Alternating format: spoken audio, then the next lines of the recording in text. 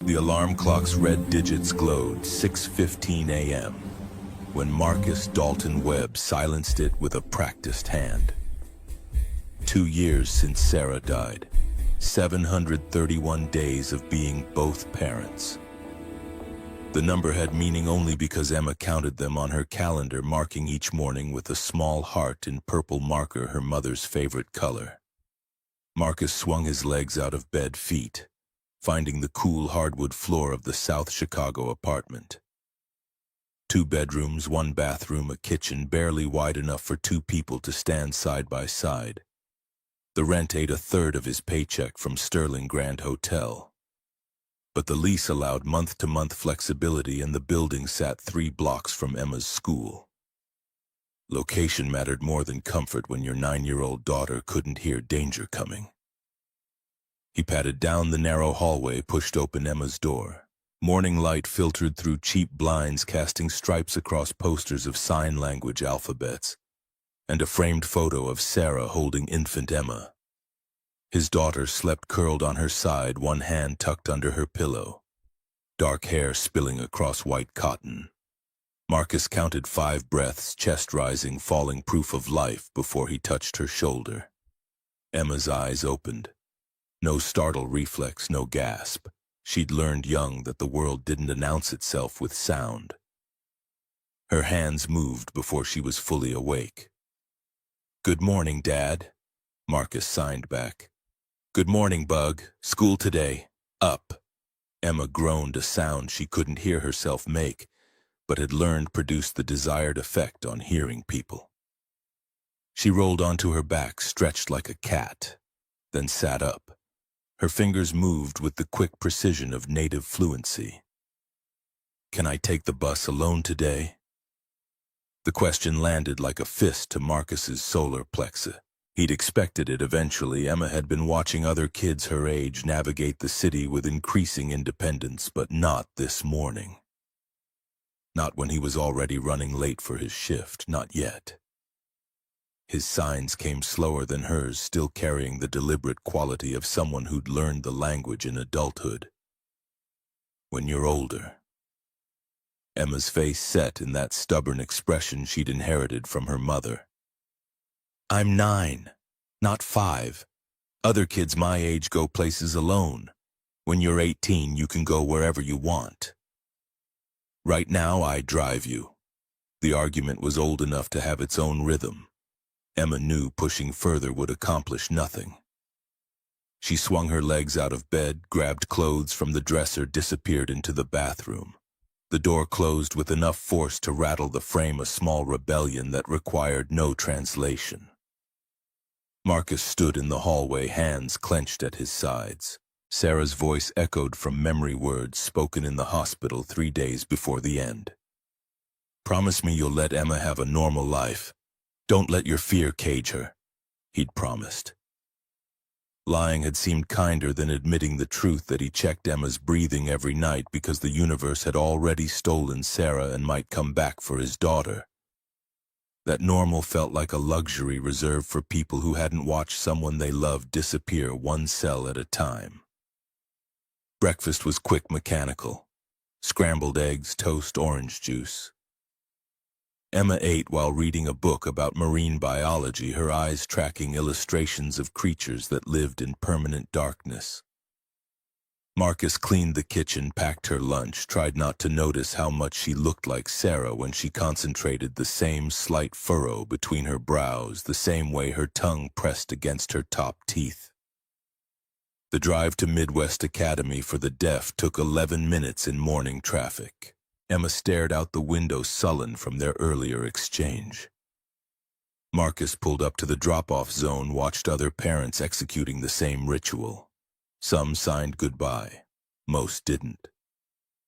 The hearing world hadn't learned to speak Emma's language, which meant she lived in perpetual translation, always accommodating, never accommodated.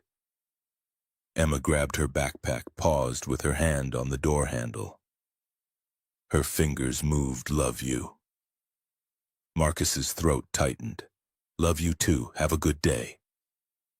She climbed out, joined the stream of students flowing toward the building's entrance. Marcus waited until she disappeared inside another ritual, another check against disaster. Then he pulled back into traffic headed downtown. Sterling Grand Hotel rose 23 stories above Chicago's financial district, its limestone facade gleaming in October sunlight. Marcus had worked here 10 months, first as overnight maintenance, then day shift when Frank Morrison recommended him for the promotion. The pay was better, $14 an hour instead of $12, and the schedule ended at 4, which meant he could pick up Emma by 4:30. He parked in the employee lot, changed into his work uniform in the locker room. Dark blue pants, matching shirt with maintenance embroidered across the back, steel-toed boots that had seen better days. The transformation from father to janitor took 3 minutes. Becoming invisible required only walking through the service entrance. The hotel's back corridors smelled of industrial cleaner and the ghost of 1,000 room service breakfasts. Marcus pushed his cart toward the supply closet, mentally cataloging the day's tasks. Lobby floors needed mopping by 8.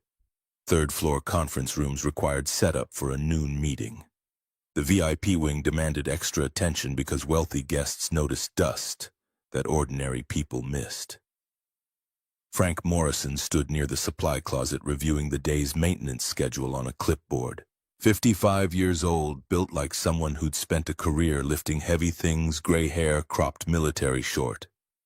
He'd served 2 tours as a Marine, came home to work honest labor, raised 3 kids on a maintenance worker's salary. The left side of his face carried scars from an IED in Kandahar, thin white lines that mapped trauma he never discussed. "Morning, Webb. You're early." Marcus grabbed his mop bucket, started filling it from the industrial sink. Couldn't sleep. Frank studied him with the directness of someone who'd learned to read men's faces in combat. Emma still asking to ride the bus solo, Marcus's hands stilled on the mop handle. "How did you know?" Frank's expression softened. "My daughter pulled the same thing at 9. Wanted to walk to school by herself. I said no for 2 years.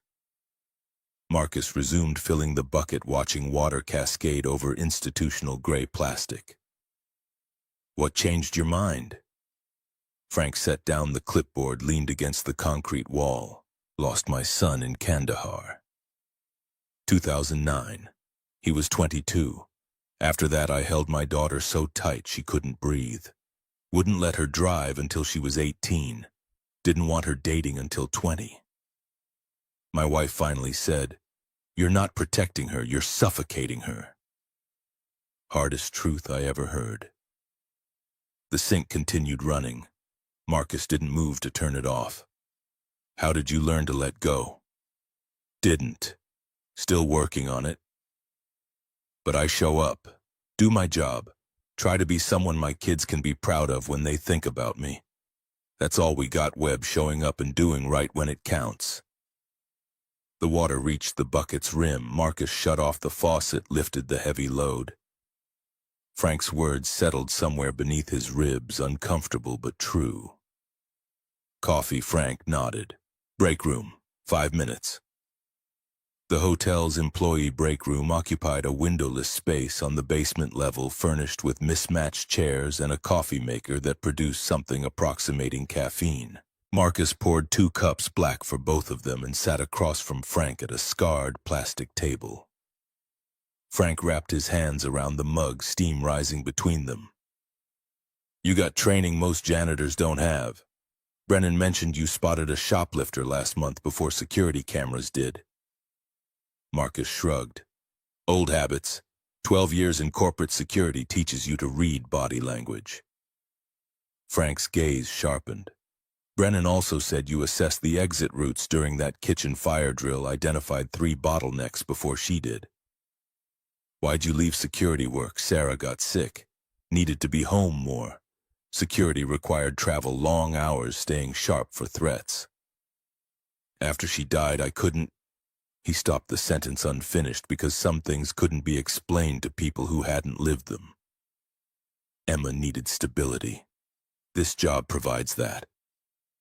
Frank drank his coffee, let silence do the work of acknowledgement. Good kid, your daughter. Saw her at the school fundraiser last spring. She auctioned off those drawings, ocean creatures, right? Made $200 for the art program.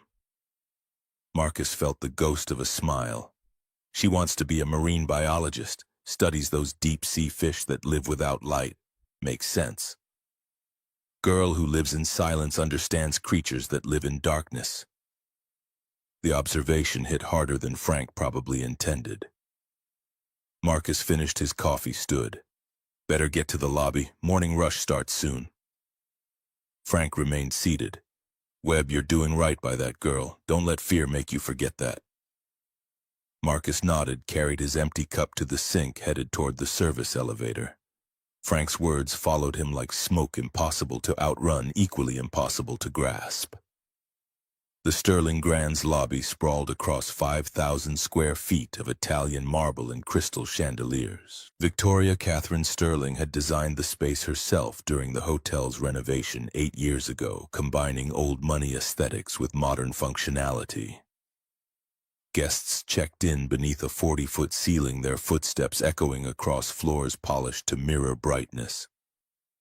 Marcus started mopping at the lobby's east end, working in methodical strips that wouldn't leave streaks.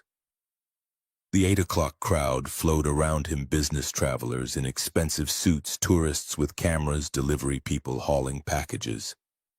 They moved through his workspace without acknowledgement, their eyes sliding past him as if he were architectural rather than human.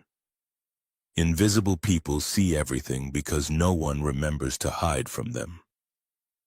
Victoria Sterling crossed the lobby at 8:15 heels, clicking a steady rhythm against marble. 48 years old, 5'7", dark hair pulled back in a style that probably had a name Marcus didn't know. Her suit looked like it cost more than his monthly rent.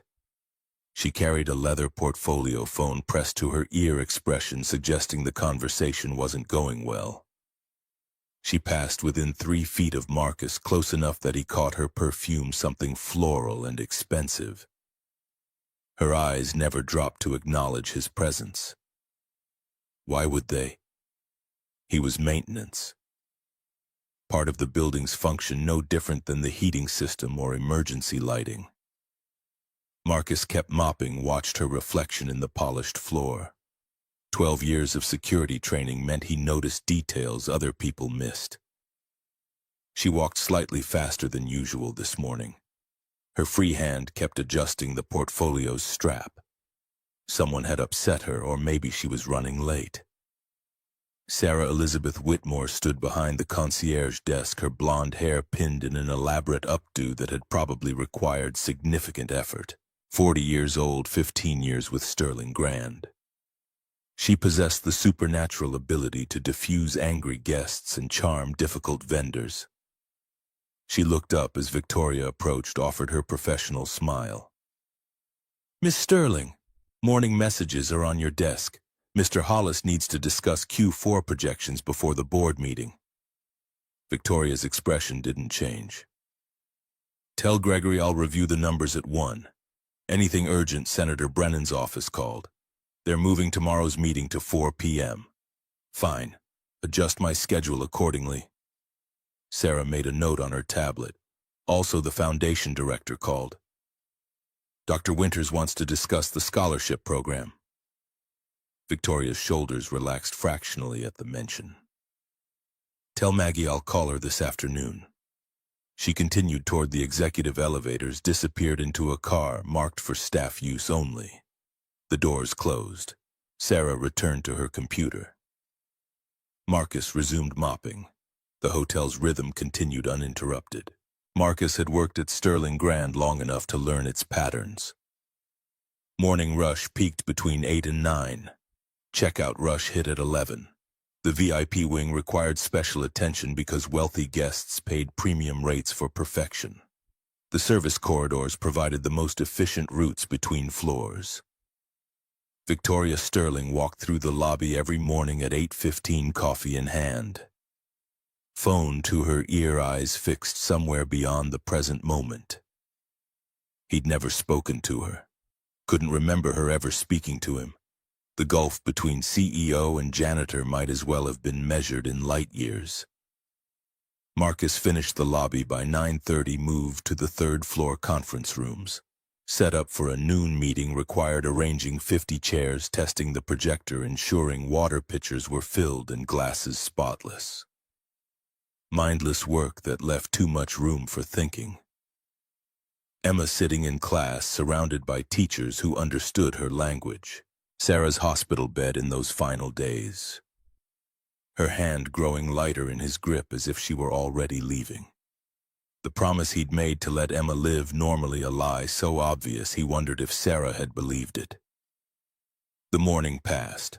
Lunch came from a deli across the street, turkey sandwich, chips, bottled water consumed in the break room while Frank discussed baseball scores. Marcus returned to work at 1, tackled the second-floor hallways, noticed a loose carpet tile near room 247. He called it in to maintenance coordination, received confirmation that someone would fix it tomorrow. 2 o'clock arrived. Marcus headed toward the VIP wing, pushing his cart loaded with supplies. The 6th floor required careful attention. This was where Sterling housed their most important guests, where luxury meant noticing the absence of anything that might suggest imperfection. He was mopping near the elevator bank when Victoria Sterling and an unfamiliar man emerged from the parking garage elevator. 2:15 p.m. She was early. Victoria typically returned from lunch meetings between 2:30 and 3. Marcus kept his head down, mop moving in steady arcs. 12 years of security training, whispered warnings. His conscious mind took another 3 seconds to process. Victoria's posture was wrong. She held herself too rigid, shoulders drawn up, stride slightly off rhythm. The man walked half a step behind her hand, resting at the small of her back in a gesture that might look courteous to casual observation. But his fingers pressed too firmly against her jacket. His other hand stayed inside his coat pocket at an unnatural angle. Marcus's mop slowed. He angled his body to catch their reflection in the polished marble. The man was 40-something, dark hair, expensive suit, clean-shaven. His eyes moved, constantly checking angles, cataloging exits behavior. Marcus recognized because he'd done the same thing for 12 years. The man said something too quiet to hear. Victoria's spine straightened. Her left hand dropped to her side, fingers moving in quick, precise shapes. "Help me. Gun. Forced contract. Don't look up." The mop stopped mid-stroke. Water pooled at Marcus's feet. His heart hammered against his ribs, hard enough to make his vision pulse. The CEO of Sterling Grand Hotel had just signed to him in American Sign Language, had just told him she was being held at gunpoint, had just trusted that he would understand and act, and not get everyone killed. Marcus forced the mop to resume its rhythm, forced his breathing to stay steady, forced his eyes to stay down even though every instinct screamed to assess the threat directly. Looking up meant the gunman would know Marcus understood, meant Victoria's silent cry for help became a death sentence. They passed within 10 feet. Marcus watched their reflections grow smaller, watched them turn toward the VIP elevators. The man pressed the call button with his free hand.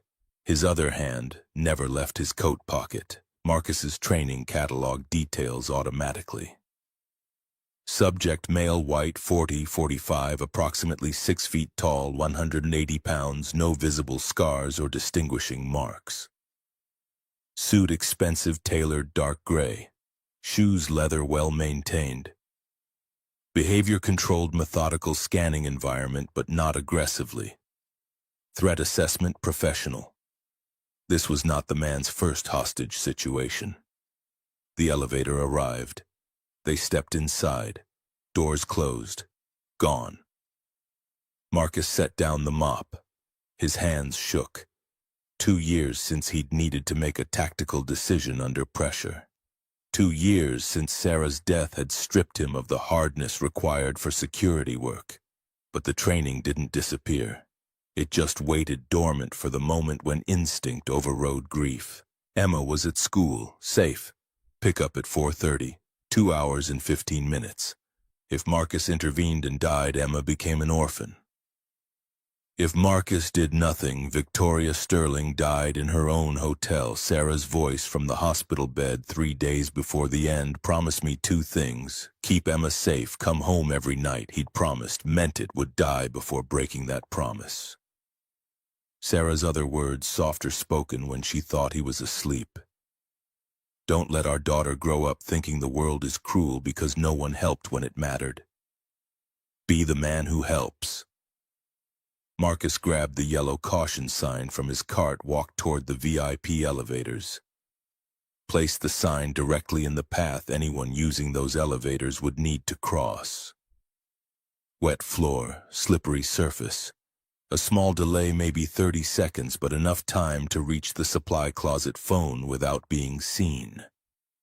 He turned left, moved quickly but not running. Running drew attention. He was maintenance. Maintenance moved with purpose, not panic. The supply closet occupied a corner of the VIP hallway, unmarked door that most guests never noticed. Marcus slipped inside, closed it behind him, grabbed the wall-mounted phone. Extension 347 security office. The line rang once. Security.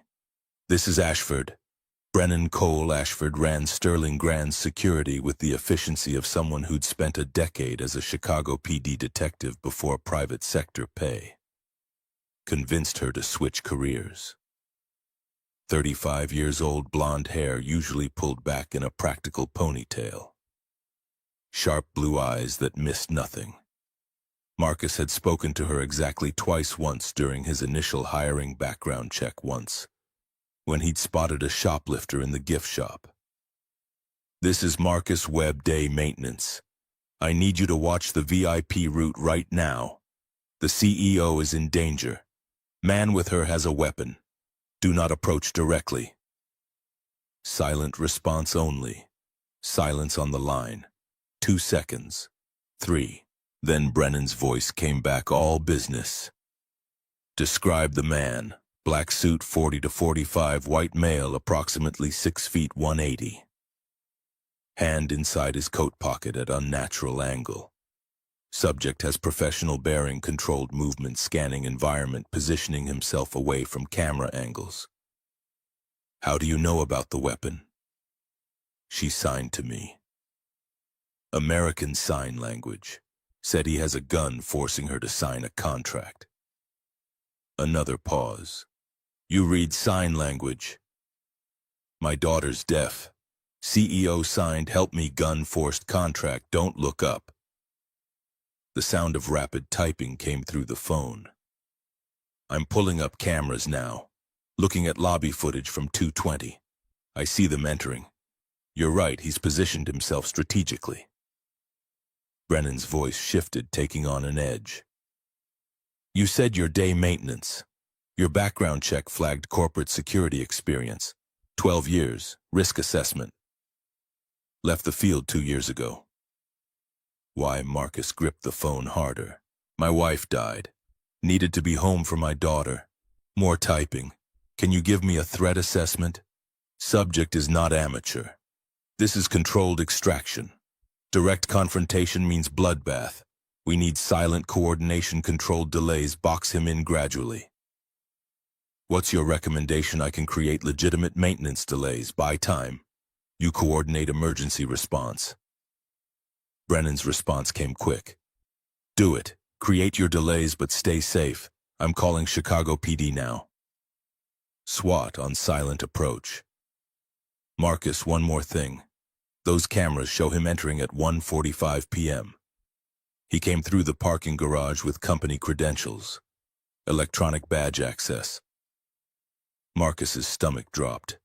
Inside help. Yeah, stay on your toes. If there's someone working with him, they might be monitoring security response. The line went dead. Marcus set down the phone, stepped back into the hallway. His heart still hammered. His hands still shook. But the old training settled over him like a familiar coat, uncomfortable but worn enough to feel natural. He was halfway back to his cart when Frank Morrison appeared around the corner, moving with the deceptive speed of someone who'd spent years carrying heavy equipment. The older man's scarred face showed no expression, but his eyes tracked Marcus with the attention to detail that marked former military. Frank didn't speak until they were close enough for quiet conversation. "Saw you moving different. Something wrong?" Marcus made a split-second calculation. Frank was prior service. Frank understood chain of command and operational security. Frank had a daughter. He'd understand. CEOs being held hostage. Man with a gun. I'm coordinating with Ashford. Frank's expression didn't change. His voice stayed level. "What do you need from me? Cover my routes." "Emma's pickup at 4:30. If something happens," Frank cut him off. "Nothing's gonna happen. You got training. You got instincts. And you got backup. I'll watch your six." The Marine terminology shouldn't have been comforting. Was anyway. Frank continued, "Your girl's safe. I'll pick her up myself if needed. School knows me from the fundraiser. You do what you gotta do." Marcus felt something loosen in his chest. Emma would be okay. Whatever happened in the next 2 hours, Frank Morrison would make sure Emma had someone to pick her up at 4:30. "Go." Frank jerked his head toward the VIP elevators. "Do your job. I'll handle the rest." Marcus grabbed his cart, headed back toward his position. Frank disappeared down the service corridor without another word. Brotherhood didn't require extended conversation. Just action. Just showing up. The VIP elevator bank sat empty. Marcus's caution sign remained in place. He positioned his cart at an angle that created a natural bottleneck. Anyone exiting the elevators would need to navigate around it, adding precious seconds of delay. Then he knelt by the electrical outlet near the elevator doors, pulled a screwdriver from his tool belt, removed the outlet cover. To anyone watching security cameras, he was maintenance checking potential electrical issues. To Brennan Ashford, watching from 3 floors below, he was marking his position and indicating readiness. His radio crackled, a small walkie-talkie clipped to his belt that maintenance used for coordination. Brennan's voice came through barely above a whisper. "Webb, this is Ashford. Can you hear me?" Marcus pressed the transmit button twice. 2 clicks. "Roger. Police are staging 3 blocks south. SWAT commander wants entry points and timing. I'm sending someone to the main lobby to create a distraction buffer. Keep normal activity visible so our subject thinks everything's routine. When I give you the signal, I need an audio distraction. Something that makes noise but doesn't look like an attack. Can you do that?" Marcus pressed the button twice. "Affirmative. Good. Stand by." The radio went silent. Marcus continued working on the electrical outlet, moving with deliberate slowness. Time was the weapon. Every minute delayed was another minute for SWAT to position, for Brennan to coordinate, for someone to find a solution that didn't end with bodies on expensive carpet. His phone buzzed in his pocket. Text from Emma's school reminder: pickup today at 4:30 p.m. Reply yes to confirm. Marcus typed one-handed yes. Another buzz. This one from Frank: kids covered. Focus on your job. Simple. Direct. Everything that mattered said in 6 words. The elevator dinged. Marcus's hands stilled on the screwdriver. Footsteps emerged, 2 people moving together. Victoria's heels clicked against marble. The man's leather shoes made softer sounds. Marcus kept his head down, body angled so he appeared focused on the outlet. But his peripheral vision tracked their movement. They'd stopped at his caution sign. The man was frowning at the maintenance warning. Victoria's voice steady and professional. "Sometimes the system glitches. We can take the service stairs if needed." The man's hand tightened on her arm, visible for just a moment before he adjusted his grip. "We'll use the stairs." They turned toward the service stairwell. Marcus waited until they were 10 feet away, then stood, grabbed his cart, began pushing it in the opposite direction. He couldn't follow directly, too obvious. But the south service stairwell connected to a basement-level maintenance corridor that would let him get ahead of them. His radio crackled. "Brennan's subject is moving towards south service stairwell." "Where are you?" Marcus pressed the button once, twice, then held it down. "Morse code dit-dit-da-da. Heading to north stairwell to intercept. Copy. Do not engage. I repeat, do not engage." Marcus reached the north stairwell, yanked open the heavy door, started descending. His boots thundered against concrete. 3 steps at a time, hand on the rail for balance. The old security training overriding middle-aged knees that protested the sudden sprint. 4th floor, 3rd, 2nd. His radio crackled again. "Subject just entered south stairwell at 6th floor. They're heading down. Hold at 1st floor landing. SWAT is entering building now through main entrance. We need to box him in without spooking him." Marcus reached the 1st floor landing, positioned himself behind the door. Through the small window he could see an empty hallway service corridor that led to the loading dock. If the gunman came through that door, Marcus was too close to avoid being seen. But from this angle he could assess the threat, communicate position to Brennan. Provide intelligence that might prevent someone from dying. Footsteps echoed in the south stairwell, heavy, descending rapidly. The man was moving fast. Something had spooked him. Marcus's radio subject is at 2nd floor and accelerating. He knows something's wrong. All units be advised, subject is aware of response and becoming unpredictable. The footsteps stopped. A door banged open. Victoria's voice strained. "The stairs are fine. Why are we shut up?" Gunman's voice, first time Marcus had heard it clearly. "We're leaving. Now. Anyone tries to stop us, you die first." The footsteps resumed faster now. Marcus pressed his radio subject, panicking. "Weapon no longer concealed. Repeat, threat is escalated." Brennan's response crackled. "SWAT is 60 seconds out. Can you slow him without engagement? Negative. He's too close. Then get clear. Get out of there." Marcus looked at the door. 30 feet beyond it, Victoria Sterling was being dragged toward a loading dock by a man with nothing left to lose. 60 seconds felt like 6 decades. 60 seconds meant anything could happen. The door at the south stairwell burst open. The gunman emerged, first weapon now visible in his hand. A black semi-automatic pressed against Victoria's temple. His eyes were wide, scanning. He saw Marcus immediately. "You!" The gun swiveled toward Marcus, away from Victoria for just a fraction of a second. "Janitor, stand up slowly, hands where I can see them." Marcus stood, raised his hands, let the screwdriver clatter to the floor. His training screamed calculations. Subject is right-handed. Weapon is a Glock 19 15-round magazine. Subject's finger is on the trigger. Muscle memory suggests military or law enforcement training. Distance between them approximately 20 feet. Too far to rush without getting shot. Victoria is between subject and exit route. Subject is choosing between 3 targets. Marcus, Victoria, the loading dock door. "Walk away, now. Do not look back." Marcus met Victoria's eyes. She stood frozen, the gun's barrel leaving a small circular impression against her temple. Her left hand moved behind her back, fingers forming quick shapes he almost missed. "Police coming. Stall." Marcus nodded, fractionally began walking backward, hands still raised. His boots scraped concrete. The gunman watched him for 3 seconds, then shoved Victoria toward the loading dock door. "Move.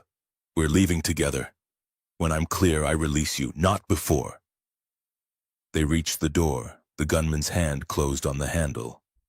Marcus's radio crackled loud enough for everyone to hear. Brennan's voice. "All units, subject is at loading dock. Repeat, armed suspect with hostage at loading dock. Close perimeter but hold position." The gunman's face went white. His head snapped toward the radio at Marcus's belt. His eyes widened with understanding and rage. You called them." You... The fire alarm erupted.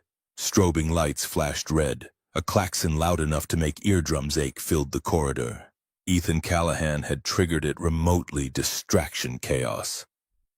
Anything to break the gunman's focus, Victoria dropped. Not fell dropped, deliberately going limp and heavy.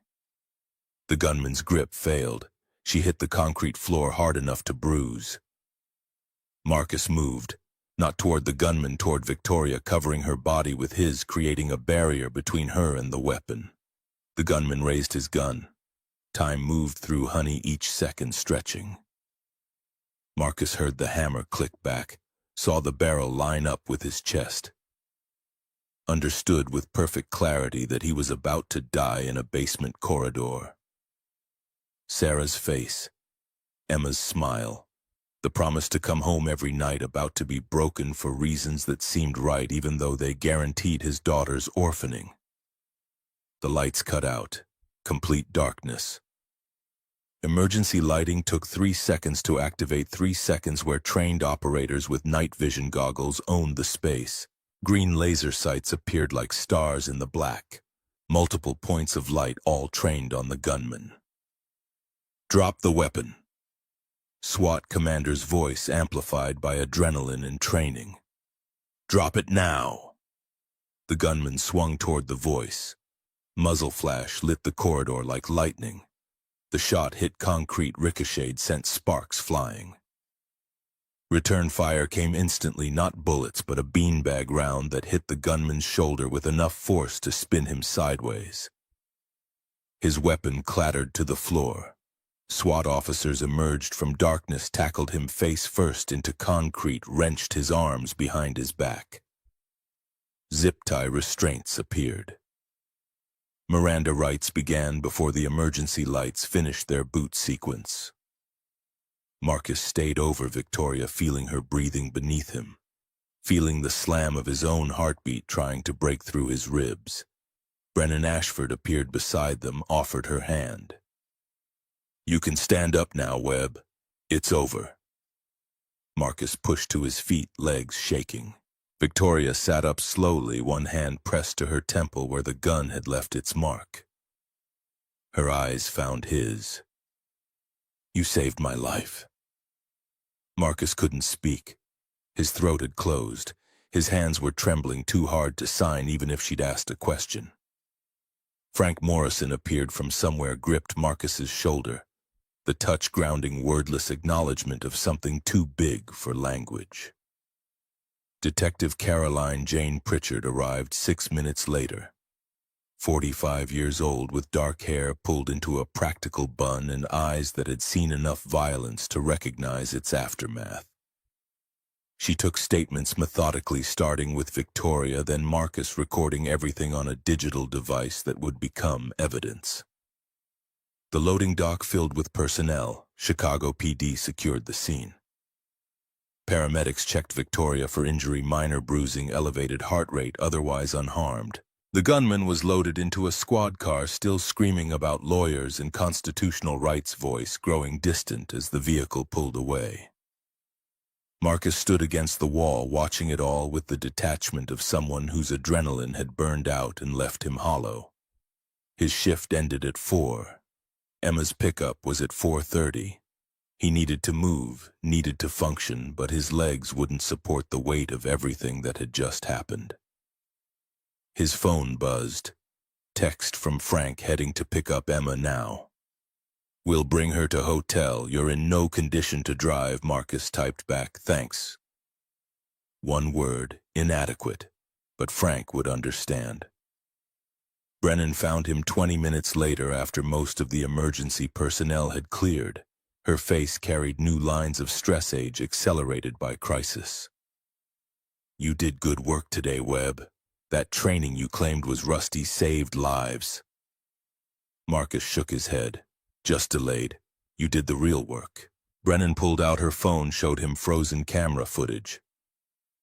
The man you delayed, his name is Derek Michael Vaughn. He works for organized crime. Been setting this up for 18 months. If he'd gotten Victoria to sign those contracts before we could intervene, She would have lost controlling interest in Sterling Hotels by Monday morning. What about inside help? Already got him. Gregory Hollis, Senior VP of Operations. Been with the company 12 years. His badge was cloned to get Vaughn inside. Found $800,000 in gambling debts that were paid off 6 months ago.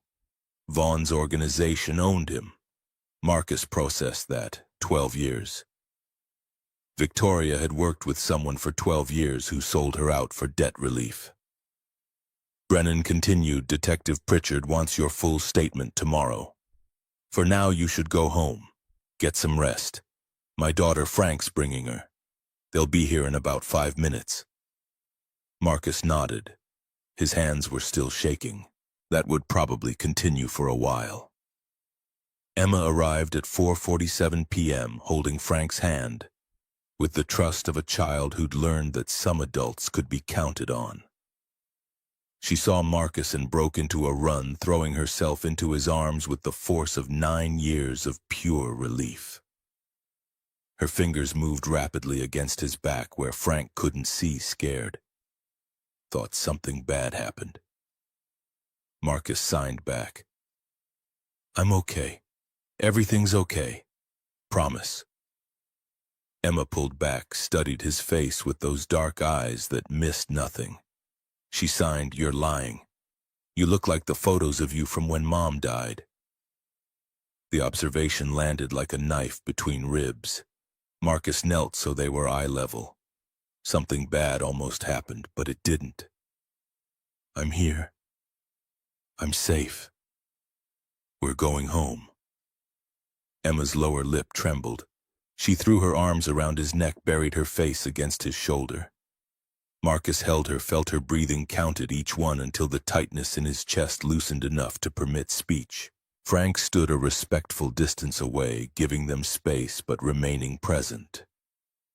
When Emma finally pulled back, he stepped forward, signed with the careful deliberation of someone who'd learned the basics but never claimed fluency. Proud of you, kid. Your dad's a hero today. Emma turned to Marcus, fingers moving. What did you do? Marcus met Frank's eyes over his daughter's head. The older man gave a tiny shake of his head. Not this conversation, not here, not yet. Marcus signed back. Tell you at home. Right now we need to go. Victoria Sterling appeared before they could leave, still wearing the suit from this morning, though it looked rumpled now, exhausted.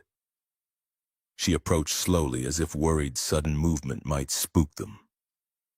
Mr. Webb, I need to thank you properly and apologize. Marcus stood, kept one hand on Emma's shoulder. You don't need to apologize. I do. I've walked past you every morning for 10 months, never acknowledged your presence, never learned your name until today. That's unacceptable. You had no reason to notice maintenance staff. Victoria's expression sharpened. That's exactly the problem. You worked here 10 months. You saw danger I missed. You understood what was happening when no one else did, and I didn't know you existed. Emma tugged Marcus's sleeve, signed. Who is she? Victoria saw the gesture, understood immediately. She knelt, positioned herself at Emma's eye level, and signed with careful precision. I'm Victoria. Your dad saved my life today. Emma's eyes went wide. She signed back. How? Victoria glanced up at Marcus, seeking permission. He nodded. Victoria continued signing. A bad man tried to hurt me. Your dad was brave. He called for help. He kept me safe. Emma processed this, then signed, Dad's always brave. Victoria smiled, the first genuine expression Marcus had seen from her. You're right. He is. She stood, returned her attention to Marcus. I need to speak with you tomorrow. There are things I'd like to discuss, changes I want to make, but not tonight. Tonight you should be with your daughter. Marcus nodded. Tomorrow's fine. Victoria reached into her jacket, pulled out a business card. My direct line. Call any time. Marcus took the card, felt the weight of expensive paper stock. Thank you. Victoria started to leave, paused, turned back. Mr. Webb. One more thing. That sign language you learned for your daughter, that saved me today. Never think the languages we learn for love are wasted. She walked away before Marcus could respond. Emma tugged his hand, pointed toward the exit. Marcus lifted her onto his hip even though she was technically too old to be carried, felt her weight settle against him, breathed in the strawberry scent of her shampoo.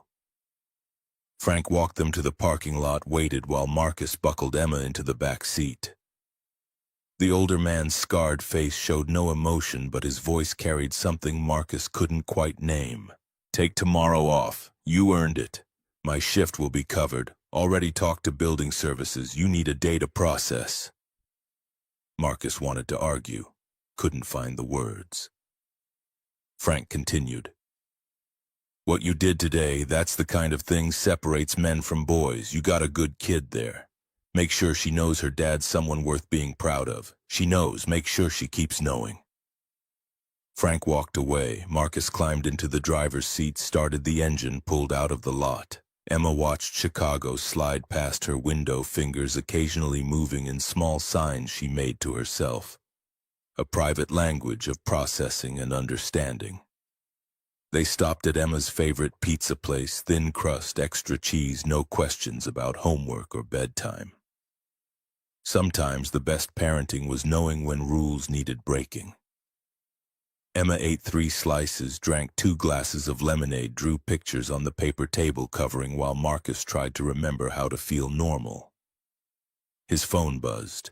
Text from Victoria Sterling. Thank you again. Please know that what happened today will change things, for both of us. Marcus stared at the message, unsure how to respond. Finally typed, Glad you're safe. Emma looked up from her drawing. Dad okay? Marcus signed, Dad's okay. Just tired, scared. The honesty surprised him. Yeah, scared. Emma reached across the table, patted his hand. Like she was the parent and he the child. It's okay to be scared. Bravery is doing the right thing even when you're scared. That's what Mom said. Marcus's throat tightened. Mom was smart. Emma nodded seriously. Really smart. Then she returned to her drawing, 2 figures holding hands, carefully labeled Dad and Emma in purple marker. They drove home in comfortable silence. Marcus carried Emma upstairs even though she insisted she could walk, tucked her into bed, sat beside her until she fell asleep. His daughter's breathing came steady and even. 731 days of checking that rhythm. Tonight it mattered more than ever. He moved to his own room, sat on the edge of the bed, finally let himself shake. The delayed reaction hit like a wave. His hands trembled, his breathing came quick and shallow. His vision pulsed with the memory of staring down a gun barrel. Sarah's photo sat on his nightstand. 20 years younger, holding infant Emma, smiling at the camera with the confidence of someone who didn't know cancer was already growing in her cells. Marcus picked up the frame, traced her face with one finger. I kept my promise. Emma's safe. But I broke the other one. Almost didn't come home tonight. Sarah's face offered no answers. The dead couldn't provide absolution. Marcus set down the photo, pulled out his phone, looked at Victoria's text. What happened today will change things, for both of us. He had no idea what that meant, but tomorrow would come whether he was ready or not. Tomorrow meant conversations and explanations and decisions about what happened when invisible people became impossible to ignore. For tonight, Emma slept safely in the next room. Frank would cover his shift tomorrow. Victoria Sterling was alive because someone had learned sign language for love and happened to be mopping floors at exactly the right moment. Marcus lay back, closed his eyes, and waited for sleep that would probably take hours to arrive. Marcus woke to gray October light filtering through curtains that needed replacing. 6:40 a.m. His body ached in places he'd forgotten could hurt, shoulders tight from the adrenaline dump, hands still carrying the ghost of tremors from yesterday's close call. Emma's door stood open down the hall, her bed already empty. The smell of burnt toast drifted from the kitchen. He found her at the stove, standing on the step stool she'd outgrown but refused to abandon, attempting to salvage bread that had crossed from golden into charcoal territory. She glanced up, signed one-handed while scraping black residue into the sink. Wanted to make breakfast. Failed. Marcus took over, started fresh slices in the toaster, cracked eggs into a bowl. Emma retreated to the table, pulled out her marine biology book, pretended to read while watching him with the peripheral vigilance she'd developed after Sarah died. Checking. Always checking to make sure he was still there. The eggs sizzled. Marcus's phone buzzed. Text from Frank. Detective wants your statement this morning. 10 a.m. at the hotel. Brennan will be there too. Take your time getting in. Marcus typed back, "Thanks for yesterday, for Emma." Frank's response came immediately. That's what brothers do. Simple words that landed heavier than they should. Marcus set down the phone, plated the eggs, carried them to the table. Emma closed her book, picked up her fork, ate 3 bites before her hands started moving. "You really saved someone's life." Marcus nodded. The CEO. Bad man was going to hurt her. "Were you scared?" The question deserved honesty. "Terrified. Thought I might not come home." Emma's fork stilled. "But you did. But I did." Her expression shifted into something too old for 9 years. "Mom made you promise to always come home. I heard her that night at the hospital when she thought I was asleep. She made you promise." Marcus's throat closed. You heard that Emma's eyes filled but didn't spill. "I can't hear, but I can see lips, and I can feel when people are saying important things." "She made you promise to come home every night. Yesterday you almost broke that promise." The eggs turned to ash in Marcus's mouth. He set down his fork, signed, "I'm sorry." "Don't be sorry for saving someone." Emma wiped her eyes with the back of her hand. "Just don't forget you have someone to come home to." The weight of 9 years of loss and resilience stared back at him from across the breakfast table. Marcus reached over, took Emma's hand. "I won't forget, promise." Emma squeezed his fingers, nodded, returned to her eggs. Crisis acknowledged, crisis filed away. Children adapted faster than adults because they had no choice. Marcus dropped Emma at school, Midwest Academy's familiar brick facade, students flowing through doors, signing conversations that needed no sound. Emma paused before getting out, signed, "Love you. Be careful today." Marcus signed back, "Love you too. See you at 4:30. She disappeared into the building. Marcus waited until she was through the doors, then pulled into traffic, headed downtown. Sterling Grand rose against the skyline like a limestone monument to wealth that couldn't prevent its own vulnerability. The parking garage entry looked the same as yesterday, concrete and shadows, and the memory of Derek Vaughn emerging from behind a pillar. Brennan Ashford met him in the lobby, wearing slacks and a blazer that couldn't quite hide the shoulder holster beneath. Her blonde ponytail was pulled tighter than usual, stress written in the set of her jaw. She led him to a conference room on the 3rd floor where Detective Caroline Pritchard sat reviewing a tablet case, files spread across the table like evidence of civilization's fragility. The detective looked up, gestured to a chair. "Mr. Webb, thanks for coming in. I need your complete statement from yesterday, everything you observed from the moment you noticed unusual behavior until the arrest." Marcus sat, recounted the timeline. Victoria's rigid posture, the man's hand placement, the sign language signal, his call to Brennan, the delay tactics, the stairwell confrontation, the fire alarm distraction, Derek Vaughn's weapon aimed at his chest in 3 seconds of darkness.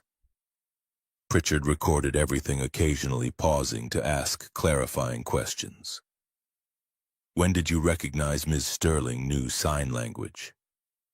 How long did it take you to assess Mr. Vaughn as a professional threat? What made you decide to intervene rather than stay clear? The last question hung in the air longer than the others. Marcus met Pritchard's eyes. My wife made me promise 2 things before she died. Keep our daughter safe, and don't let Emma grow up thinking nobody helps when it matters. Yesterday I chose to keep the second promise. Pritchard nodded slowly. For the record, your choice saved Ms. Sterling's life. Vaughn had a timeline. If he'd gotten her signature on those contracts before we intervened, Sterling Hotels would have lost majority control by Monday morning. Legal ownership would have transferred to a shell corporation owned by organized crime. Victoria Sterling would have been terminated, possibly permanently. Brennan spoke up from her position near the window. We've been digging into Vaughn's operation since yesterday. He's not small-time. Works for an organization that specializes in hostile takeovers, the kind where executives sign over everything and then disappear. They've pulled this successfully in 4 other cities: Cleveland, Milwaukee, Minneapolis, Denver. Only difference is those executives didn't have someone who could read sign language mopping their floors. Marcus absorbed that. 4 other cities meant 4 other victims who didn't get saved. Pure luck that Victoria had learned ASL. Pure coincidence that Marcus happened to be exactly where he needed to be. Pritchard pulled up a photo on her tablet, turned it toward Marcus. Recognize this man? Gregory Martin Hollis stared from the screen, 50 years old, silver gray hair, expensive suit, the kind of face that inspired trust in boardrooms. Marcus shook his head. Never seen him. Senior Vice President of Operations. 12 years with Sterling Grand. Victoria Sterling's direct report. He cloned his own access badge. Gave Vaughn credentials to enter the building. Provided detailed intelligence on security protocols, staff schedules, Victoria's routine. The photo flicked to financial records, $800,000 in gambling debts accumulated over 3 years. Underground poker rooms, offshore sports betting, high-stakes blackjack in Vegas. He was drowning. Brennan continued the narrative. 6 months ago, Vaughn's organization paid off every cent. In exchange, Hollis became their inside man. Gave them everything they needed to plan the extraction down to the minute. He knew which cameras had blind spots, knew Victoria's schedule, knew the VIP wing would be empty between 2 and 3 p.m. on Wednesdays because housekeeping does deep cleans Monday and Friday. Marcus felt the shape of the betrayal. 12 years of trust purchased for less than $1 million. How much was Victoria supposed to sign over? Pritchard pulled up another document. The contract would have transferred 51% of Sterling Hotels' ownership to a Cayman Islands corporation. Market value approximately $200 million. Vaughn's organization would have taken controlling interest, installed their own board, liquidated assets, and disappeared within 6 months. Victoria would have been left with 49% of a gutted company. The numbers were abstract until Marcus imagined them as human cost. 200 million meant hundreds of employees, people like Frank and Sarah Whitmore and the housekeeping staff who kept the hotel running. Families depending on paychecks that would have evaporated while criminals stripped the copper wiring. Where's Hollis now? Pritchard's expression hardened. Cook County Jail. No bail. He's facing conspiracy to commit kidnapping, extortion, fraud. Looking at 20 to 30 years if convicted.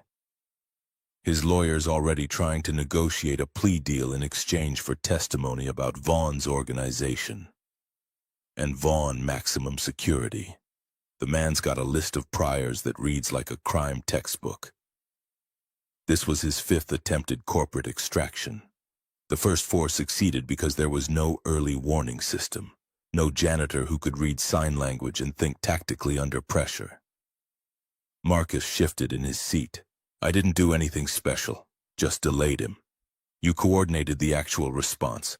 Brennan moved from the window, sat across from him. Webb, you've got 12 years of corporate security experience. You recognized a professional threat in 3 seconds. You created strategic delays without tipping off the subject. You marked your position for tactical response. You put yourself between a hostage and a loaded weapon. That's not nothing. That's textbook crisis intervention. I just did what needed doing. Pritchard closed her tablet. That's the definition of courage. Doing what needs doing when everyone else freezes. The interview continued another 20 minutes, verification of details, timeline confirmation. Technical questions about Vaughn's behavior and weapon handling. Finally, Pritchard extended her hand. We're done. You'll need to be available for the trial probably 6 to 9 months from now. Until then, try to get back to normal. Marcus shook her hand. Wondered what normal meant when yesterday had fractured the boundary between invisible maintenance worker and person who mattered. Brennan walked him to the elevator, pressed the button for the executive level. Victoria wants to see you. She's been in her office since 7 a.m. I should get back to work. My shift, Frank already covered it. And building services manager approved personal leave through Monday. You're not on the clock. The elevator arrived. Brennan held the door. Webb, one more thing. What you did yesterday, that kind of action changes how people see you. Changes how you see yourself. Don't be surprised if the next few weeks feel disorienting. The doors closed before Marcus could respond. The elevator rose smoothly, deposited him on the executive floor carpet thick enough to silence footsteps art on the walls that probably cost more than his annual salary. Sarah Whitmore sat at the reception desk, looked up with a smile that carried more warmth than professional courtesy required. Mr. Webb, Ms. Sterling asked me to send you in immediately. Marcus approached Victoria's office door, knocked twice. Her voice came through clear, "Come in." Victoria Sterling's office occupied a corner with floor-to-ceiling windows overlooking Chicago. Lake Michigan stretched east gray water meeting gray sky at a horizon line that blurred with October haze. She stood at the glass coffee cup in hand, still wearing yesterday's rumpled suit. Dark circles shadowed her eyes. She'd probably slept here. She turned when Marcus entered. "Please sit. I need to talk with you about several things." Marcus sat in a leather chair that probably cost more than his monthly rent. Victoria remained standing, seemed to need the window at her back like armor. "Yesterday I almost died in a building I own. The person who saved me was someone whose name I didn't know. Someone I walked past every morning without acknowledgement. That's unacceptable." "Ma'am, you had no reason to notice maintenance," Victoria cut him off. "That's exactly the problem. I've spent 25 years building this company, created 14 hotels across the Midwest, prided myself on attention to detail. And I didn't know the man who mopped my lobby had 12 years of security expertise and a daughter who taught him to see the world differently. That failure is mine." Marcus didn't know how to respond. Victoria set down her coffee, moved to her desk, pulled out a file folder. "Detective Pritchard briefed me this morning. Gregory Hollis betrayed this company because he was drowning in debt, and I never noticed.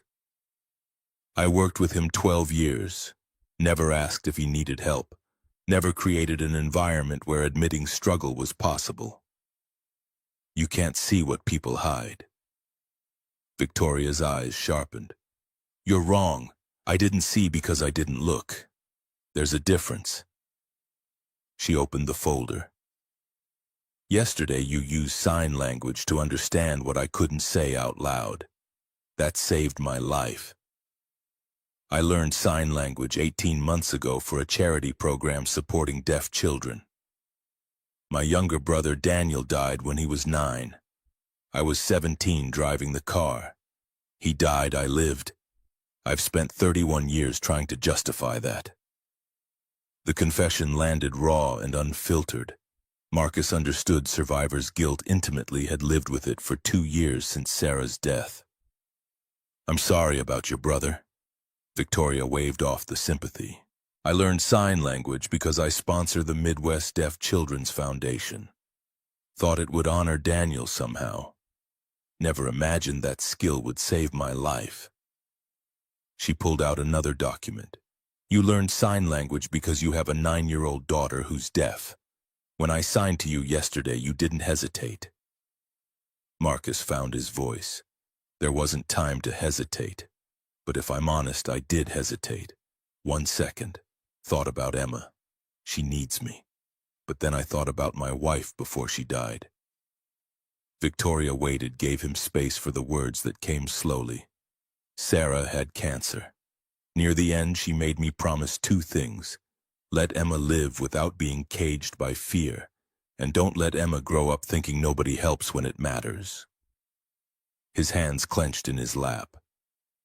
Love isn't what you say in the easy moments. It's what you do in the hard ones. Yesterday was a hard one. The words hung between them, truth distilled to its essential weight. Victoria returned to the window, looked out at the city. I spent 20 years building walls to protect myself. Physical walls, emotional walls, corporate hierarchy walls. Today I learned walls don't keep you safe. They keep you alone. She turned back. Yesterday I learned that safety came from connection, from building bridges instead of walls, from learning a language that wasn't mine, from trust. Marcus watched her process the revelation in real time, defenses cracking under the weight of yesterday's near death. Victoria pulled a business card from her desk, set it on the table between them. I want to create a fund to support families with children who have disabilities. Scholarships, therapy, equipment, family services. I'd like to name it after your daughter, the Emma Webb Foundation. Marcus stared at the card. That's generous, but it's not charity. It's recognition. Because you learned your daughter's language, you were able to help someone desperately. That deserves to be honored. My daughter's name on a foundation feels like... Like what? Like I'm accepting payment for doing what was right. Victoria's expression shifted, understanding landing. You're correct. Let me reframe. I'm creating this foundation because yesterday taught me that investing in people creates value money can't measure. Your daughter will benefit from this fund eventually. So will 80 other families in the first year. Is accepting help for your child equivalent to accepting payment for heroism? The distinction mattered. Marcus thought about therapy costs, about Emma's needs as she grew older, about the financial calculations that woke him at 3 a.m. If you frame it that way, yes, I accept. Good. She pulled out another document. Second thing, I'm offering you a position. Director of Employee Safety and Wellness, $85,000 annually. Flexible schedule to accommodate your daughter's needs. You would oversee security protocols, employee support programs, crisis response systems. Marcus felt the air leave his lungs. Ma'am, I'm a janitor. I don't have a college degree. You have something better. 12 years of corporate security experience. The ability to assess threats and coordinate tactical response. Lived experience of being overlooked and undervalued. This organization needs someone who understands what frontline workers face. The offer was seismic, more than triple his current salary, a title that carried authority, recognition that felt simultaneously thrilling and terrifying. But something in Marcus recoiled from accepting what felt like charity dressed as promotion. He met Victoria's eyes. I appreciate the offer, but I need to be honest. I don't want a job because someone feels guilty. I don't want charity disguised as promotion. If you're offering this because you believe I'm qualified, say that clearly. If it's because you feel you owe me, I'll respectfully decline. Victoria straightened, respect flickering across her face. She walked back to her desk, pulled up files on her computer. You're right to demand clarity. Here's why you're qualified. Yesterday, you identified a professional threat in under 5 seconds. You coordinated with my security chief using tactical language that demonstrated operational expertise. You created strategic delays under pressure without escalating the threat. You positioned yourself between a hostage and an armed suspect. She turned the screen toward him. Brennan Ashford sent me this assessment report. She says you displayed better crisis management than half the security professionals she worked with in 10 years at Chicago PD. Marcus read the report, saw his actions from yesterday translated into professional terminology that made them sound more impressive than they'd felt at the time. Brennan had noted his tactical communication, his threat assessment accuracy, his ability to maintain operational security while coordinating emergency response.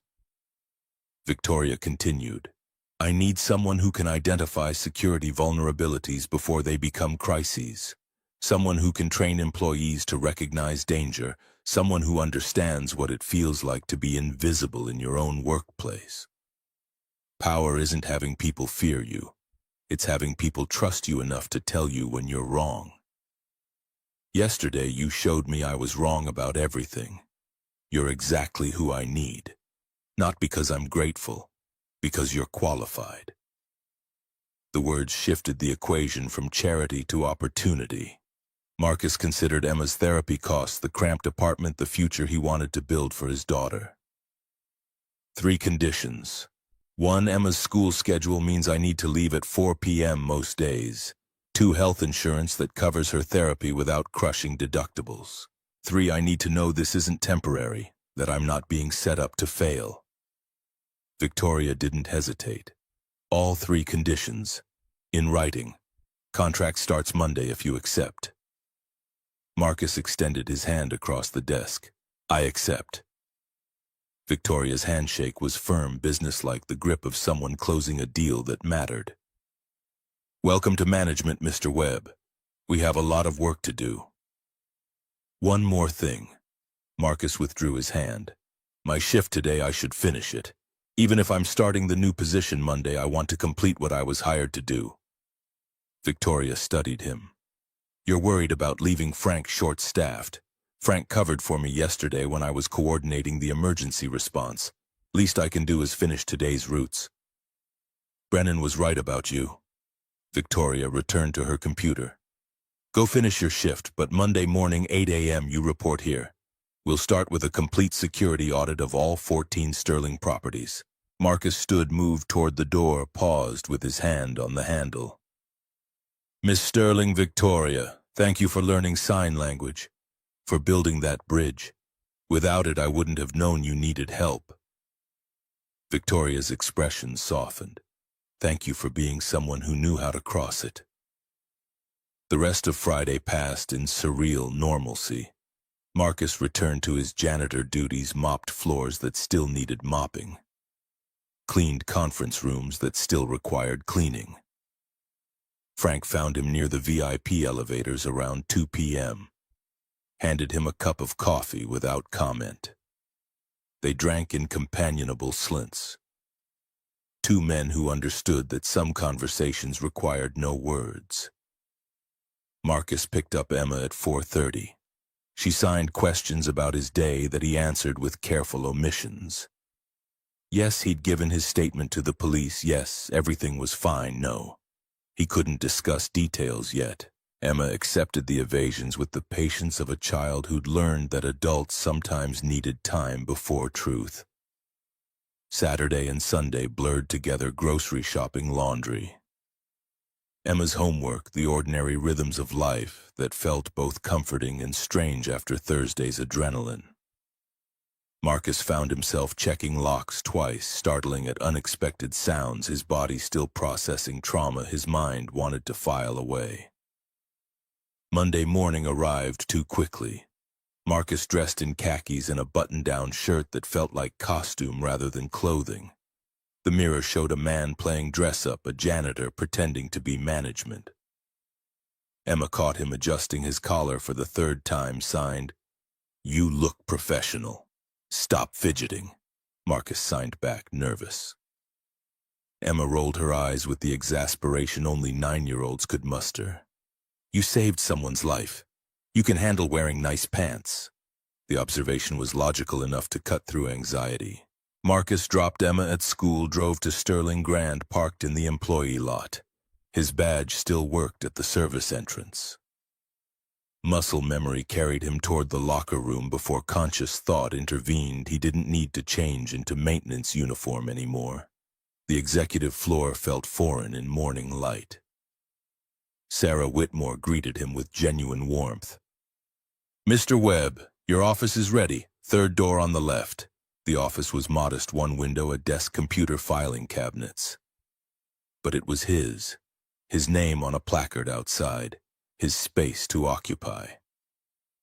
Marcus stood in the doorway trying to reconcile this reality with 10 months of pushing a mop cart. Brennan appeared behind him. "Welcome to management." "Coffee." They walked to the break room, different from the basement employee space, furnished with better chairs and a coffee maker that produced actual espresso. Brennan poured 2 cups, handed one to Marcus. "Don't let imposter syndrome eat you alive. You earned this." "Earned? I feel like I'm playing pretend. Everyone feels that way the first week. Give it time." They sat at a small table. Marcus sipped coffee that tasted exponentially better than basement break room swill. Brennan pulled out a tablet. "Victoria wants a complete security audit of all Sterling properties. 14 hotels across 6 states. We're looking for vulnerabilities, badge access gaps, surveillance, blind spots, employee safety protocols, emergency response plans." "That's a lot of ground to cover. You've got budget and authority. Hire consultants if needed. But Victoria specifically wants your assessment first. Fresh eyes that understand both security expertise and frontline worker experience." Marcus processed the scope. "Where do I start here? This building. Yesterday showed us critical failures. Inside threat went undetected for 6 months. Emergency response coordination was improvised rather than planned. Employee safety protocols are inadequate. Your maintenance staff work alone in isolated areas with no panic buttons or check-in systems." The observation stung because it was accurate. Marcus had worked 10 months in conditions that left him vulnerable. "How did Vaughn enter the building originally?" Brennan pulled up security footage. "Parking garage, 1:47 p.m. Watch the vehicle entrance." The video showed a service van with Sterling Grand logo on the side, legitimate looking enough to pass casual inspection. Vaughn climbed out wearing maintenance uniform, badge clipped to his belt face, calm and unhurried.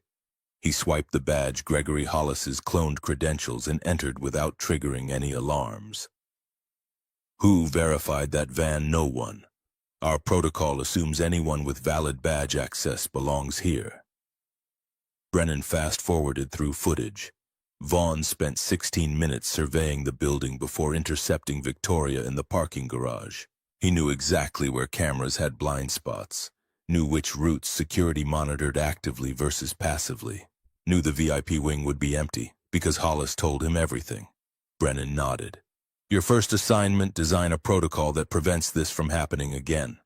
Assume we have another insider threat we haven't identified. How do we protect against that?" Marcus thought about it. 2-factor authentication for executive floor access. Biometric scanners in addition to badge swipe. Mandatory check-ins for anyone working alone. Panic buttons in every break room and isolated work area. Random security audits that can't be predicted. Good start. Get it in writing. Victoria wants recommendations by Friday. The week accelerated into a blur of meetings, assessments, learning curves steep enough to induce vertigo. Marcus toured Sterling Grand's infrastructure with Ethan Callahan, the technology specialist who'd cut the lights during Vaughn's arrest. 30 years old, red hair, freckles, the kind of technical expertise that made complex systems seem simple. Ethan explained the surveillance network, 84 cameras covering lobby hallways, elevators, parking areas. But gaps existed. Service corridors had minimal coverage. The loading dock surveillance failed regularly. Camera angles created blind spots near emergency exits. Marcus took notes, mapped vulnerabilities, developed a mental model of how a professional threat would move through the building. By Wednesday, he'd identified 24 specific weaknesses ranging from inadequate lighting to unsupervised vendor access.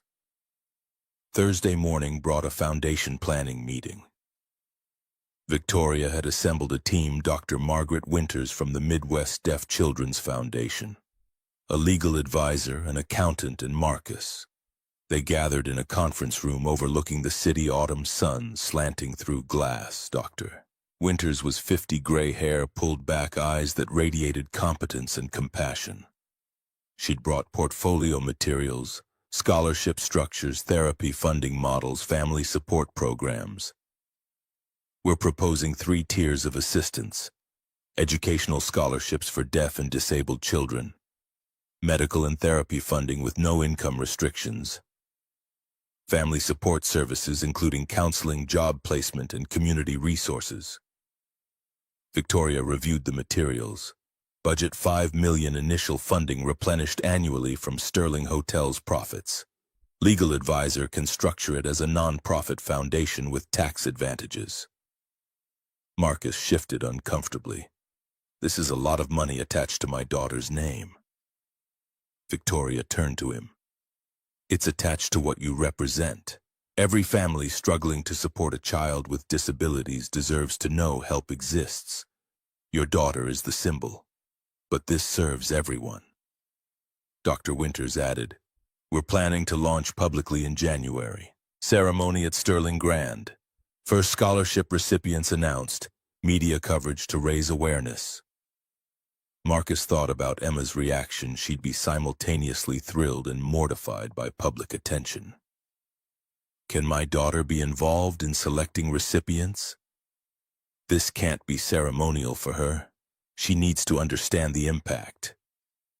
Victoria nodded. Agreed. Emma should review applications, meet families, understand how this helps people. She's part of this. The meeting continued another hour. Legal structures, fund management, publicity strategy. Marcus contributed when asked, mostly absorbed information that felt both overwhelming and necessary. By the time they broke for lunch, the Emma Webb Foundation had moved from concept to operational plan. Friday brought Marcus's first major deliverable, the security assessment report. 24 pages of vulnerabilities, recommendations, cost projections. He'd worked until midnight Thursday, completing it, triple-checking every detail. Because first impressions mattered when you were 48 years old and proving yourself in a field you'd left behind. Victoria called him to her office at 3 p.m. She'd printed the report, marked it with red pen, made notes in margins. She looked up when Marcus entered. This is excellent work. Comprehensive, specific, actionable.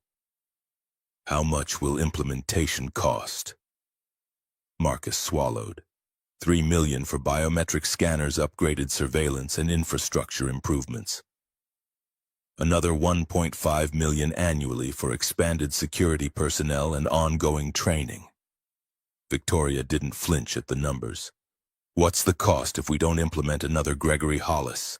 Another Derek Vaughn? Another hostage situation where someone might not survive? She set down the report. I'm presenting this to the board next week. I want you there to explain the recommendations. The prospect of facing Sterling's board of directors triggered fresh anxiety. I'm not a public speaker. You coordinated a crisis response under gunfire. You can handle 14 business people in a conference room. Marcus wanted to argue, couldn't find grounds for refusal that didn't sound like cowardice. What day? Wednesday, 10 a.m. Bring your security expertise and be prepared to defend these numbers. Some board members will push back on cost. She met his eyes. But I'm also presenting a broader proposal. Living wage increases for all frontline workers. Expanded benefits. Profit sharing. Your security recommendations are part of a complete operational overhaul. That's going to be expensive. Victoria's expression hardened with determination. Employee turnover costs us more than fair wages. Gregory Hollis betrayed us because he was desperate and had no support system. I'm done building companies on the backs of people I don't value properly.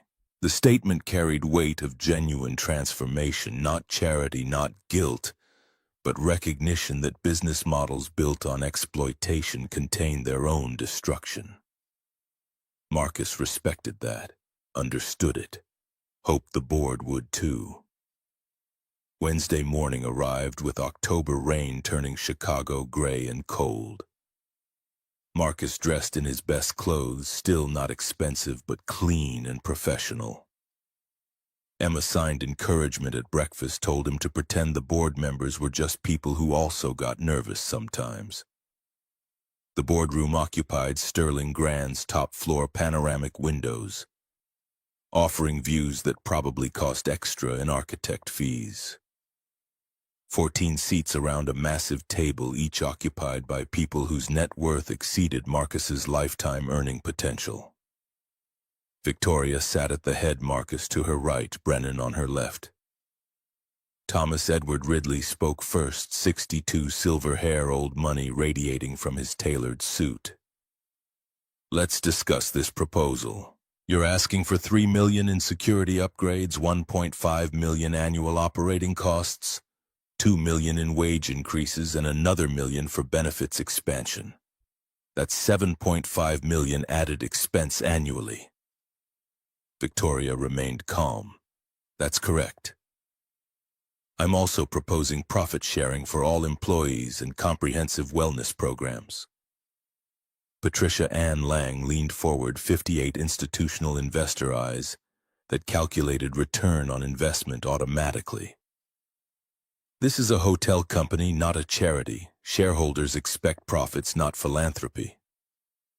Victoria's voice carried steel beneath velvet. Shareholders should expect hotels that don't make national news for hostage situations. She pulled up a presentation on the screen. Last Thursday, Gregory Hollis, senior VP I trusted for 12 years, betrayed us because gambling debts owned him.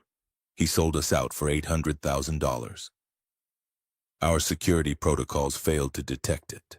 Our employee support systems failed to help him. And we came within minutes of losing controlling interest to organized crime. The room went quiet. Victoria advanced the slide. Marcus Webb, our new director of employee safety, has identified 24 critical vulnerabilities. I've invited him to present recommendations. 14 pairs of eyes turned toward Marcus. His mouth went dry. Brennan caught his eye, nodded encouragement. Frank's voice echoed from memory. Show up. Do the job. Be someone people can respect. Marcus stood, approached the screen, pulled up his first slide. I worked as day maintenance here for 10 months. Before that, 12 years in corporate security. Last week I was mopping floors when I saw our CEO being held at gunpoint. He walked them through the timeline, recognizing the threat, coordinating response, creating delays, the near-fatal confrontation. Then he pivoted to analysis. Derek Vaughn succeeded because Gregory Hollis gave him everything.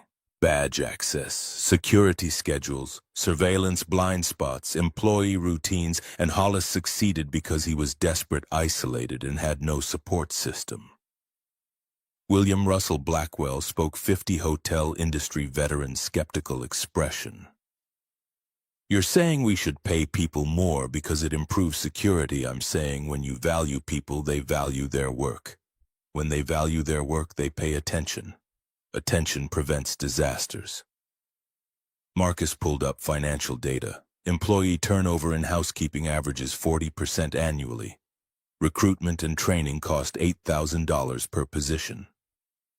At 40% turnover, we're spending $640,000 annually just replacing housekeeping staff.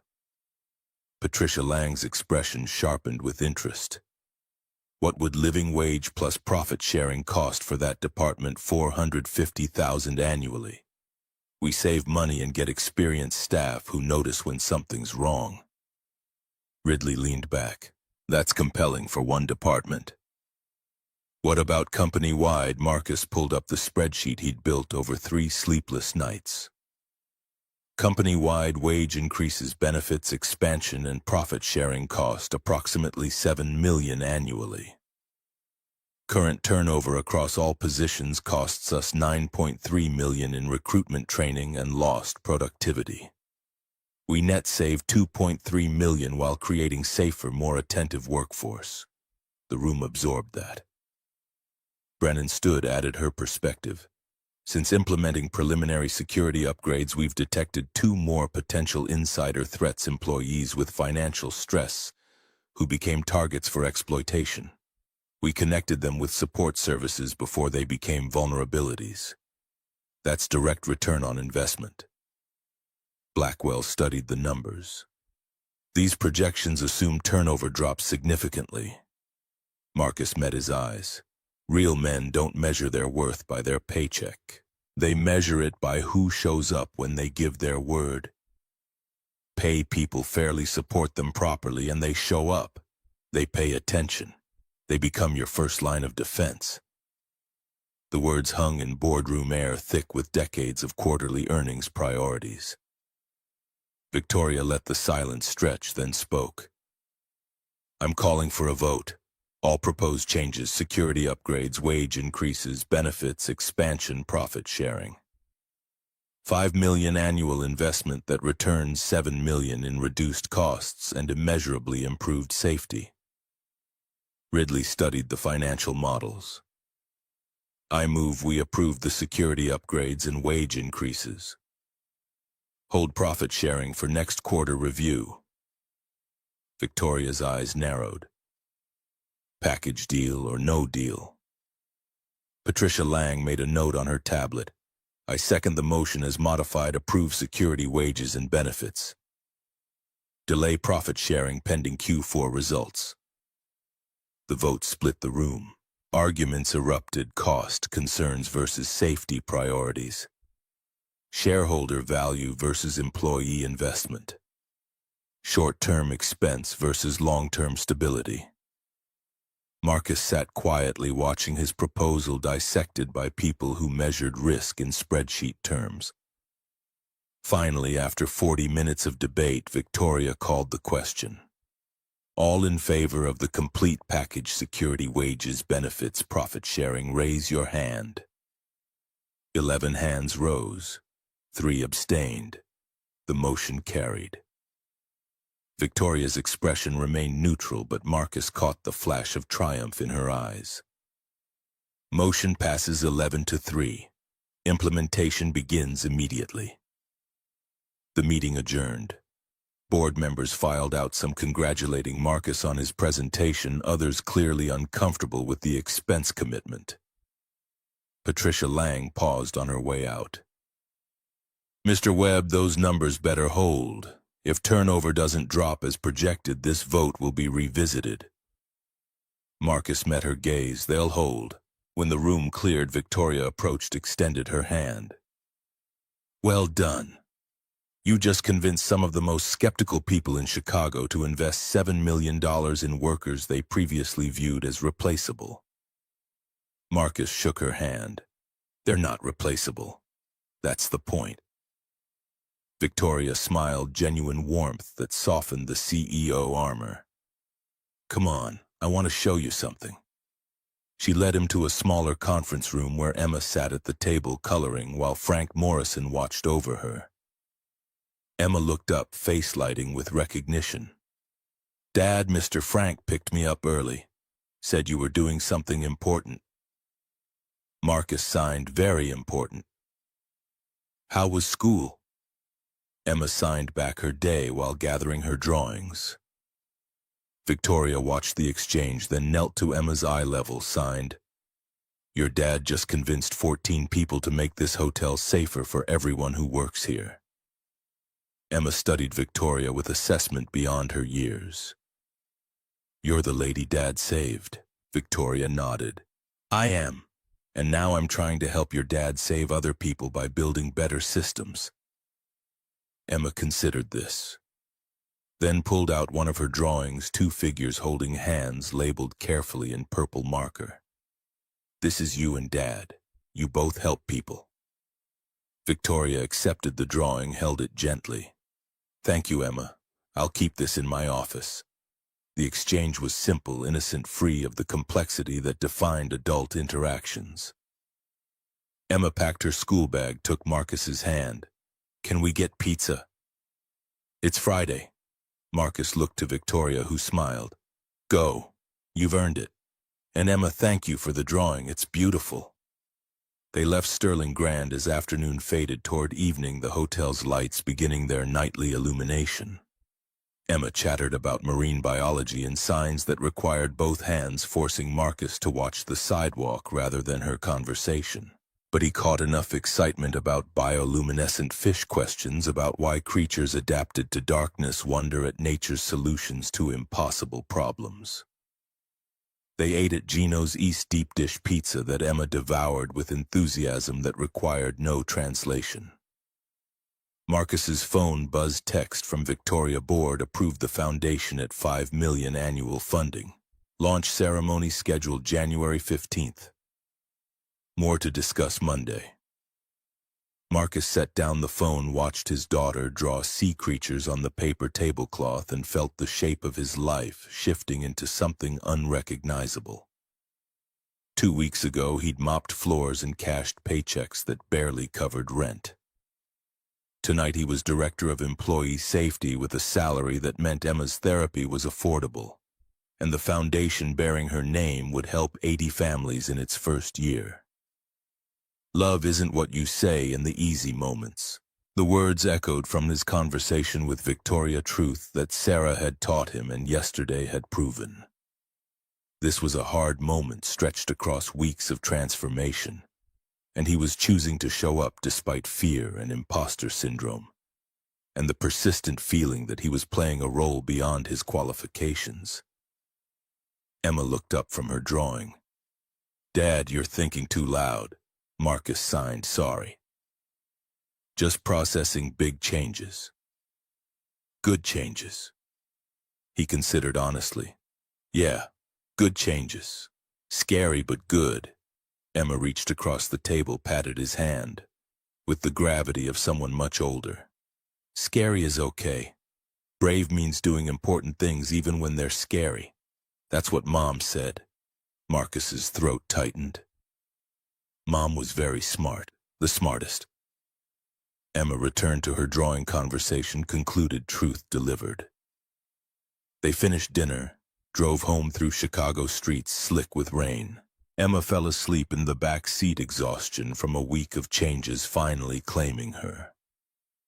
Marcus carried her upstairs, still light enough to lift, though she grew heavier each month, and tucked her into bed without waking her.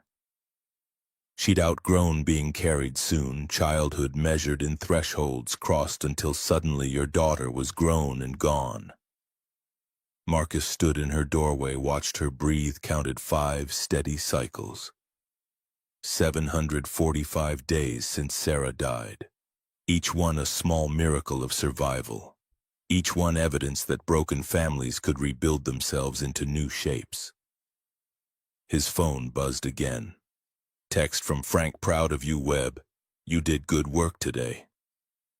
Marcus typed back. Couldn't have done it without you watching my 6. Frank's response came immediately. That's what brothers do. See you Monday. Simple words that meant everything. Marcus set down the phone, looked at Emma's sleeping form, and allowed himself to believe that maybe, just maybe, the promises he'd made to Sarah were being kept after all. Not perfectly, not without fear or struggle or nights when grief ambushed him in the shower, but kept nonetheless. He'd shown up, done the work, built bridges instead of walls, and tomorrow he'd do it again, and the day after, and all the days that followed, until Emma was grown and could build her own bridges with the language of love he'd taught her. That was enough. That had to be enough. That was everything. January 15th arrived, cold and bright. Chicago winter stripped down to essentials: white sky, gray buildings, wind that cut through wool coats like they were tissue paper. Marcus stood in Sterling Grand's lobby at noon watching the transformation take shape. 200 folding chairs arranged in rows facing a small stage. Audio equipment tested and retested. Media crews positioning cameras. Dr. Margaret Winters directing volunteers with the efficiency of someone who'd orchestrated dozens of charity events. Emma sat in the front row wearing the navy dress Victoria had helped her pick out last week. Purple ribbons in her dark hair because Sarah had loved purple. She was practicing her speech hands moving through sign language she'd memorized, lips forming words she couldn't hear herself speak. 10 years old now, birthday having passed in November, tall enough that strangers sometimes guessed 12. Frank Morrison appeared at Marcus's elbow wearing a suit that looked uncomfortable on his marine-hardened frame. "You ready for this?" Marcus adjusted his tie for the 5th time. 200 people are about to hear me talk about the worst and best moment of my life. Define ready. Frank's scarred face creased into something resembling a smile. That means you're ready. Scared means you understand what matters. The foundation had consumed 3 months of planning legal incorporation, fund management structures, scholarship selection criteria, publicity coordination.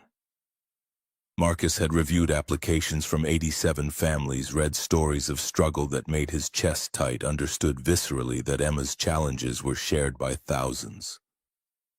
The Emma Webb Foundation would launch today with $5 million and the promise of changing lives. Victoria emerged from the executive offices wearing a charcoal suit that somehow managed to look both professional and approachable. She'd changed since October, subtle shifts in posture, the way she moved through spaces, how she made eye contact with employees. The walls she'd built for 25 years were coming down, brick by brick. She approached Marcus, handed him a folder. Final guest list. Senator Brennan's office confirmed attendance. 3 local news stations. Chicago Tribune is sending a reporter. This will get significant coverage. Marcus scanned. The list felt his anxiety ratchet higher. I'm going to be on television talking about sign language and dead wives and almost getting shot. Victoria's expression softened. You're going to be on television talking about love and courage and why paying attention to each other matters. The rest is just context. Emma bounced over, signed excitedly, Miss Victoria. The reporters want to interview me. Can I? Victoria knelt, signed back, only if you're comfortable. You can say no. Emma considered this with the seriousness she applied to important decisions. I want to tell them about Mom and why Dad learned sign language. Marcus felt pride and terror in equal measure. His daughter was braver than he'd ever been. Okay, but I'll be right there with you. The ceremony began at 2 p.m. Attendees filled chairs, scholarship families, donors, Sterling hotels, employees, media representatives, politicians who'd come for photo opportunities. Dr. Winters took the stage first, welcomed everyone, explained the foundation's mission. Educational support, therapy, funding, family services for children with disabilities across the Midwest. She introduced the first speaker, Patricia Lang from Sterling's board, who'd initially opposed the foundation funding but now spoke eloquently about corporate responsibility and community investment. Politics made strange bedfellows, Marcus thought, watching a woman who'd fought him in the boardroom now championing his daughter's legacy. Then Victoria took the stage.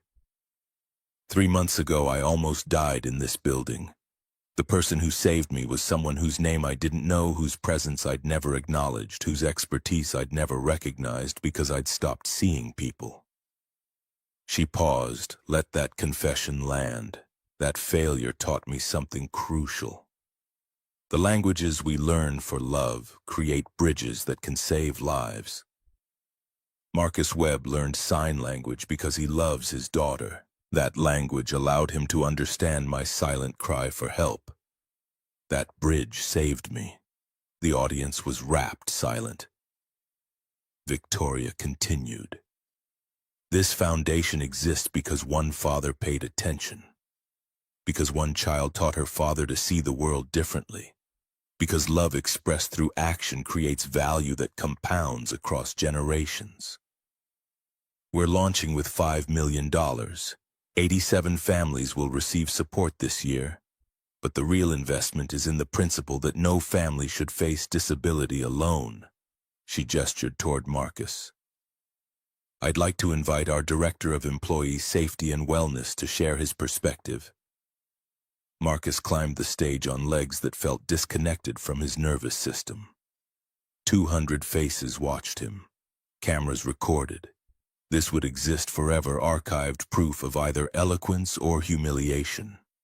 He gripped the podium, looked out at the audience, found Emma in the front row. She signed, "You can do this." Marcus began, his voice steadier than expected. When my daughter was born deaf, I was terrified. I didn't know her world. I had to learn it. Learn to see reflections instead of hear footsteps. Learn to watch faces instead of listen to tone. Learn that silence isn't empty, it's full of meaning. He saw heads nodding, people leaning forward. 3 months ago, that learning saved someone's life.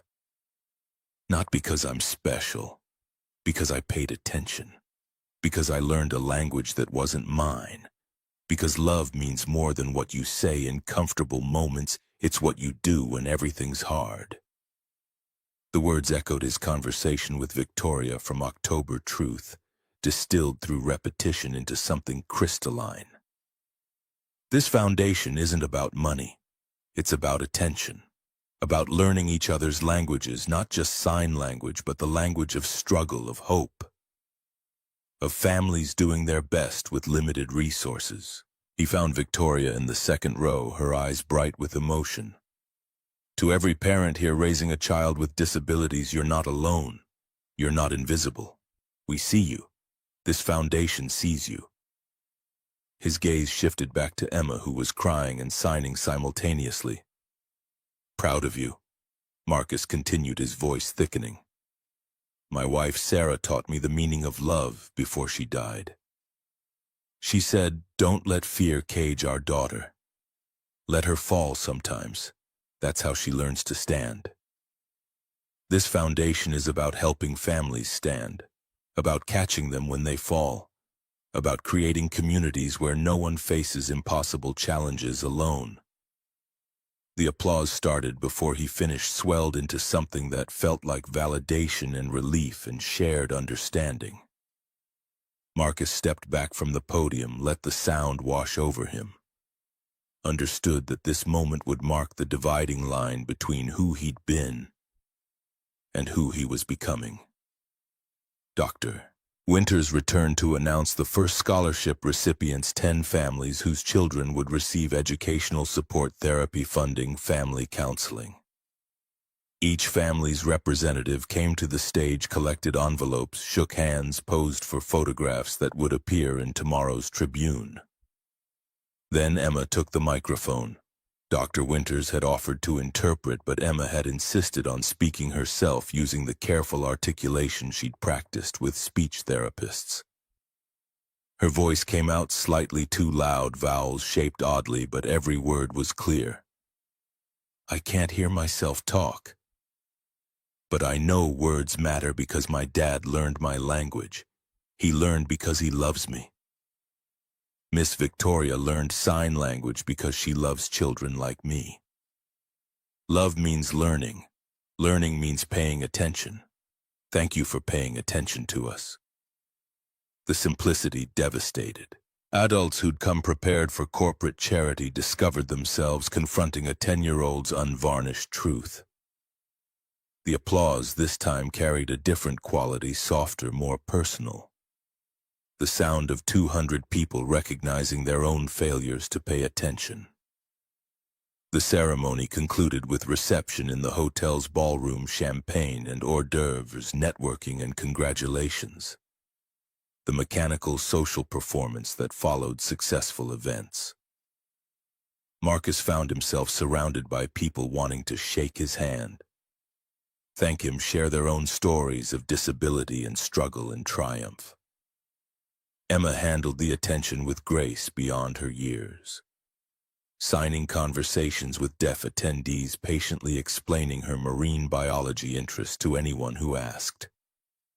She'd inherited Sarah's social ease, the ability to make strangers feel comfortable. Victoria circulated through the crowd, stopped beside Marcus during a rare moment of solitude. "Your daughter is remarkable." Marcus watched Emma demonstrate bioluminescent fish gestures to a fascinated reporter. "She gets that from her mother. Sarah could talk to anyone." Victoria's expression carried something Marcus couldn't quite identify. "Emma invited me to your Friday pizza tradition, if the offer still stands." The invitation had been Emma's idea 3 weeks ago, presented with the determined confidence of a child who'd decided the adults in her life needed help. Marcus had agreed because refusing felt like denying something Emma needed: normalcy, family structure, the presence of adults who showed up consistently. "Offer stands. Gino's East 6:30, I'll be there." The crowd eventually dispersed. Media crews packed equipment. Sterling's maintenance staff began breaking down chairs, returning the lobby to its usual pristine condition. Marcus helped where he could, old habits pulling him toward familiar work even though his role had changed. Frank found him stacking chairs. "Leave it. You're management now. Let the crew handle this. Feels wrong to watch other people do work I know how to do." Frank pulled 2 chairs away from Marcus, set them down firmly. "That's your weakness talking. You know how to do everything, so you try to do everything. Delegate. Trust people. That's what leaders do." The advice landed harder than Frank probably intended. Marcus stepped back, let the maintenance crew continue their work, accepted that his role had evolved beyond direct action into coordination and trust. Emma appeared with her coat signed, "Can we go? I'm tired." They walked to the parking garage together. Chicago evening, already dark at 5:30, winter compressing daylight into scarce commodity. Emma chattered about the reporters, the families she'd met, the therapy equipment the foundation would provide. Her excitement was contagious, infectious hope that spread through proximity. Friday evening arrived with Emma practically vibrating with anticipation. She'd changed clothes 3 times, settled on jeans and her favorite purple sweater, brushed her hair until it shone. Marcus recognized the signs. His daughter had decided Victoria was important, worth impressing, someone who might become permanent. The observation carried weight and danger in equal measure. Marcus had kept his distance from romantic entanglement for 2 years, protecting himself and Emma from the vulnerability that came with caring. But Emma had made her decision unilaterally, and 10-year-olds possessed a clarity adults spent lifetimes trying to recapture. Victoria arrived at Gino's East exactly on time, wearing jeans and a sweater that looked casual, but probably cost more than Marcus's monthly rent. She'd pulled her dark hair into a ponytail, minimal makeup, the armor of corporate leadership stripped away to reveal someone who looked younger and more uncertain. Emma greeted her with a hug that Victoria returned with visible surprise. They slid into a booth, Emma on the inside, Marcus beside her, Victoria across. The waiter brought menus they didn't need because Emma always ordered the same thing. Victoria studied the paper tablecloth, the crayons provided for children, the casual chaos of a restaurant that prioritized food over atmosphere. "This is perfect." Emma was already drawing her hands, moving through the unconscious creativity that filled notebooks at home. She drew sea creatures, jellyfish and anglerfish, and creatures that existed only in imagination. Victoria watched with genuine interest, asked questions in sign language that Emma answered with increasing animation. Marcus observed their interaction, saw something shifting in real time. Victoria laughed at Emma's joke about bioluminescent fish, her expression open in ways it never was at Sterling Grand. Emma responded by drawing Victoria into the picture, a figure holding hands with the marine biologist Emma hoped to become. The pizza arrived deep dish that required structural engineering to extract a slice. Emma devoured hers with the unself-conscious enthusiasm only children possessed. Victoria ate more slowly, seemed to be processing the experience of normalcy after a lifetime of expensive restaurants and business dinners. Emma finished first, wiped her hands, signed to Marcus. "Can I go play arcade games?" Marcus handed her quarters, watched her bounce toward the vintage machines near the entrance. Victoria tracked her movements, smiled. "She's wonderful, so confident. The confidence is new." First few years after Sarah died, Emma was terrified I'd disappear too. Wouldn't let me out of her sight. Victoria's gaze returned to Marcus. "How did you help her through that?" Showed up. "Every day, every promise kept, every fear acknowledged. You can't logic away grief, you just survive it together until surviving becomes living again." The words hung between them heavier than Marcus intended. Victoria reached for her water glass, hands not quite steady. "I never had children. My marriage ended because I couldn't let anyone close enough to build family. Control felt safer than vulnerability. What changed? You put yourself between me and a loaded weapon. That kind of action makes walls feel like cowardice rather than protection." Marcus met her eyes across scarred table surface. "Not cowardice. Self-preservation. Can't fault someone for protecting themselves from pain. But that protection becomes a prison eventually." Victoria set down her glass. "I've been thinking about October, about how close I came to dying alone in a building full of people. The only person who knew to help was someone I'd never acknowledged. That's what isolation creates, vulnerability disguised as strength." The confession felt raw, unfiltered, the kind of truth people usually reserved for therapists or very late nights. Marcus understood he was witnessing something rare, a woman who'd spent 48 years building fortress walls, choosing to tear them down brick by brick. Emma returned breathless from racing games, signed Miss Victoria, should come every Friday. Victoria glanced at Marcus, seeking permission that wasn't his to grant. Emma had made the decision. He nodded. "I'd like that." Emma's grin could have powered cities. She grabbed Victoria's hand, tugged her toward the arcade games. "Come play with me." Victoria stood, let herself be led, glanced back at Marcus with an expression that mixed terror and delight. He watched them disappear around the corner, two people learning each other's languages, building bridges that might become foundations.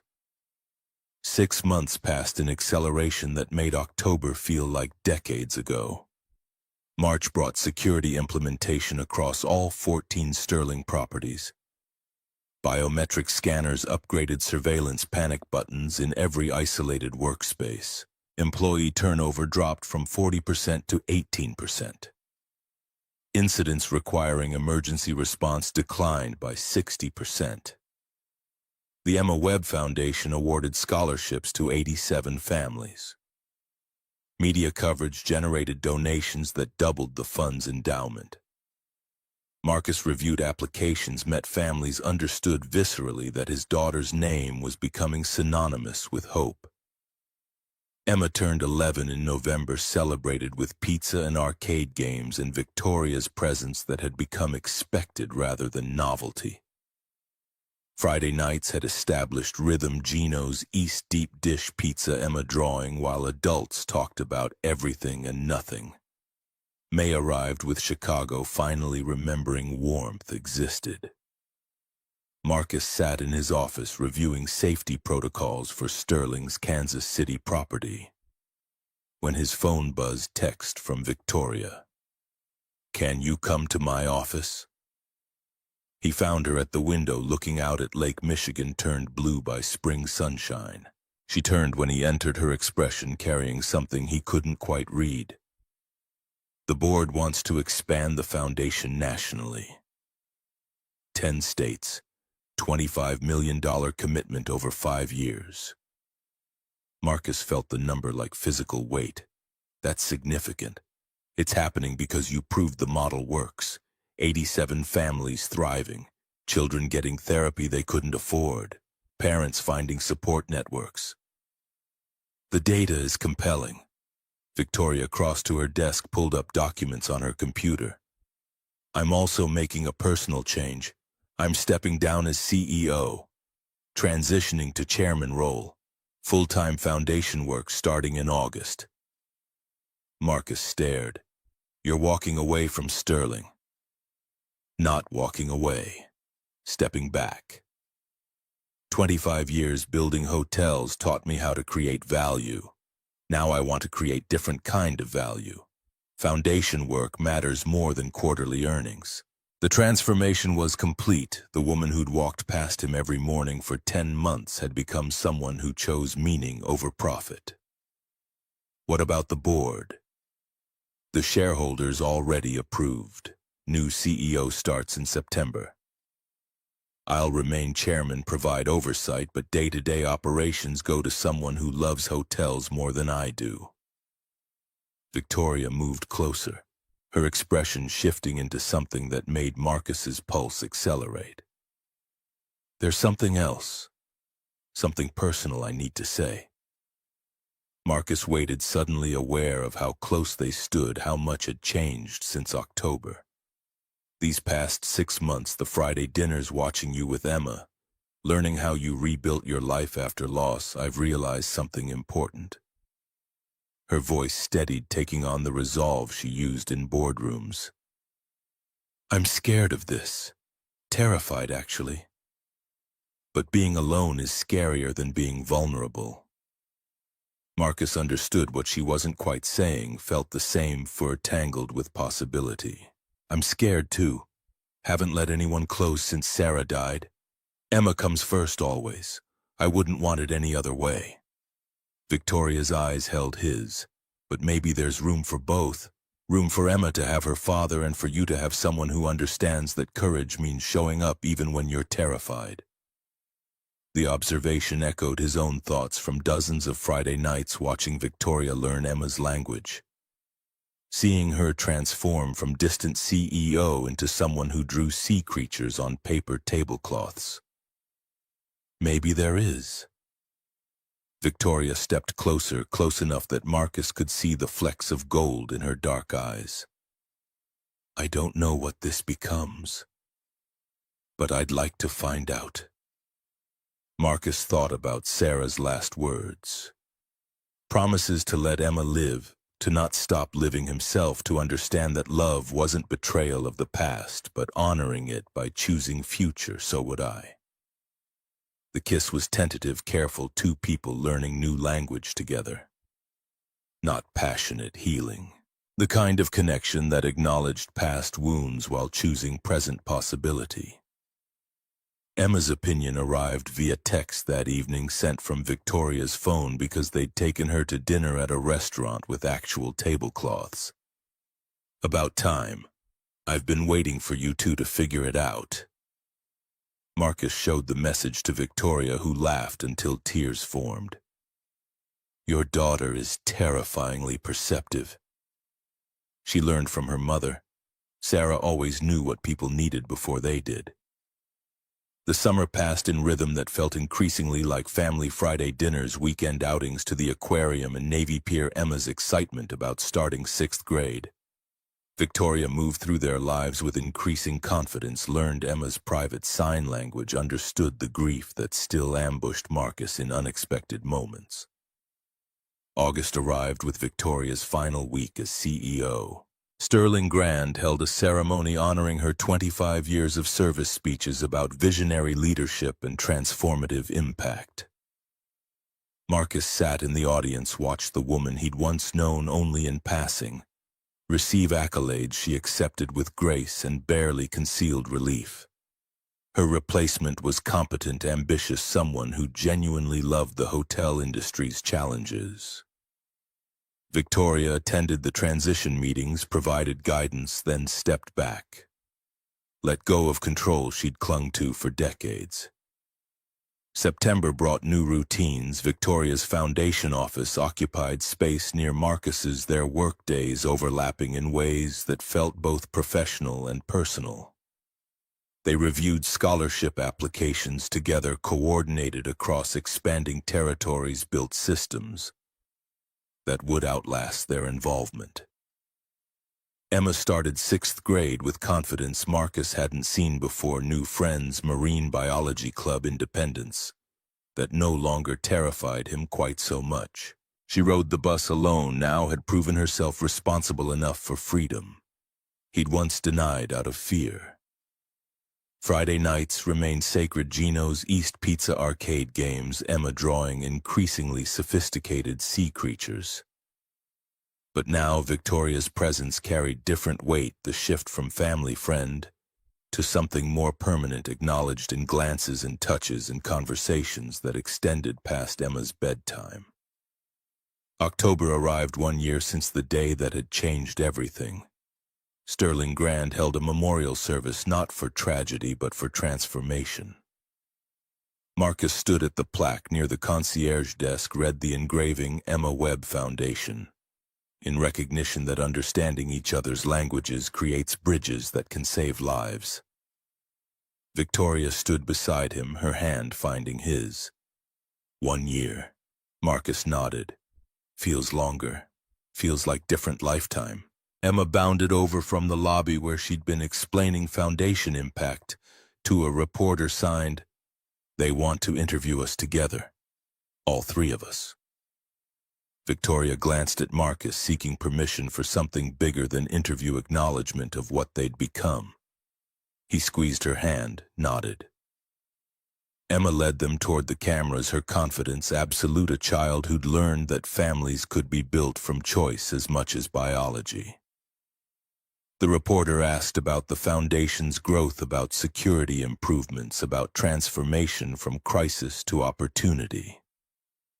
Emma answered with clarity that made adults seem inarticulate, explained how her father's love had created ripples that touched 87 families and counting. Then the reporter turned to Victoria. "Ms. Sterling, you gave up running a hotel empire to focus on foundation work. Any regrets?" Victoria's hand tightened on Marcus's. "Not one. I spent 25 years building walls, now I'm building bridges. The bridges matter more." The interview concluded. Emma ran off to meet friends. Marcus and Victoria stood in the lobby, exactly where he'd first seen her sign for help, where invisible had become visible, where paying attention had saved lives. "We should get dinner." Victoria's voice carried something playful, lighter than the CEO persona she'd worn for decades. Gino's East. Marcus smiled. "Is there anywhere else?" They walked into autumn evening Chicago, cooling toward winter. The city's rhythm steady and endless.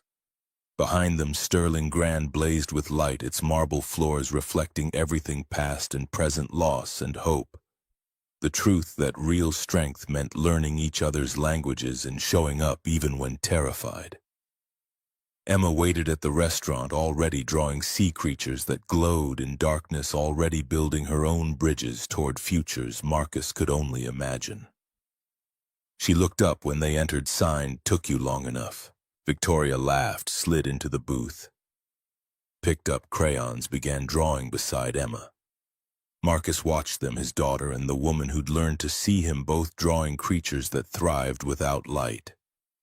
Both teaching him that excellence wasn't just being seen, but seeing others that love. Wasn't just what you said in easy moments, but what you built through every hard one, that bridges constructed from attention and courage could bear weight beyond measurement. Sarah's photo sat on his dresser at home, her smile captured in permanent present tense. But Sarah had made him promise to live, to let Emma live, to understand that honoring the past meant choosing the future. Tonight with Emma drawing bioluminescent fish and Victoria's shoulder pressed against his. Marcus understood he'd kept those promises. The world continued turning. Families built bridges, children learned languages, people paid attention and showed up and chose courage over comfort. And somewhere in Chicago, in a restaurant that served deep dish pizza and provided crayons for dreaming, three people who'd learned to see each other created the kind of family that existed, because they'd chosen it again and again, through every hard moment until hard became home.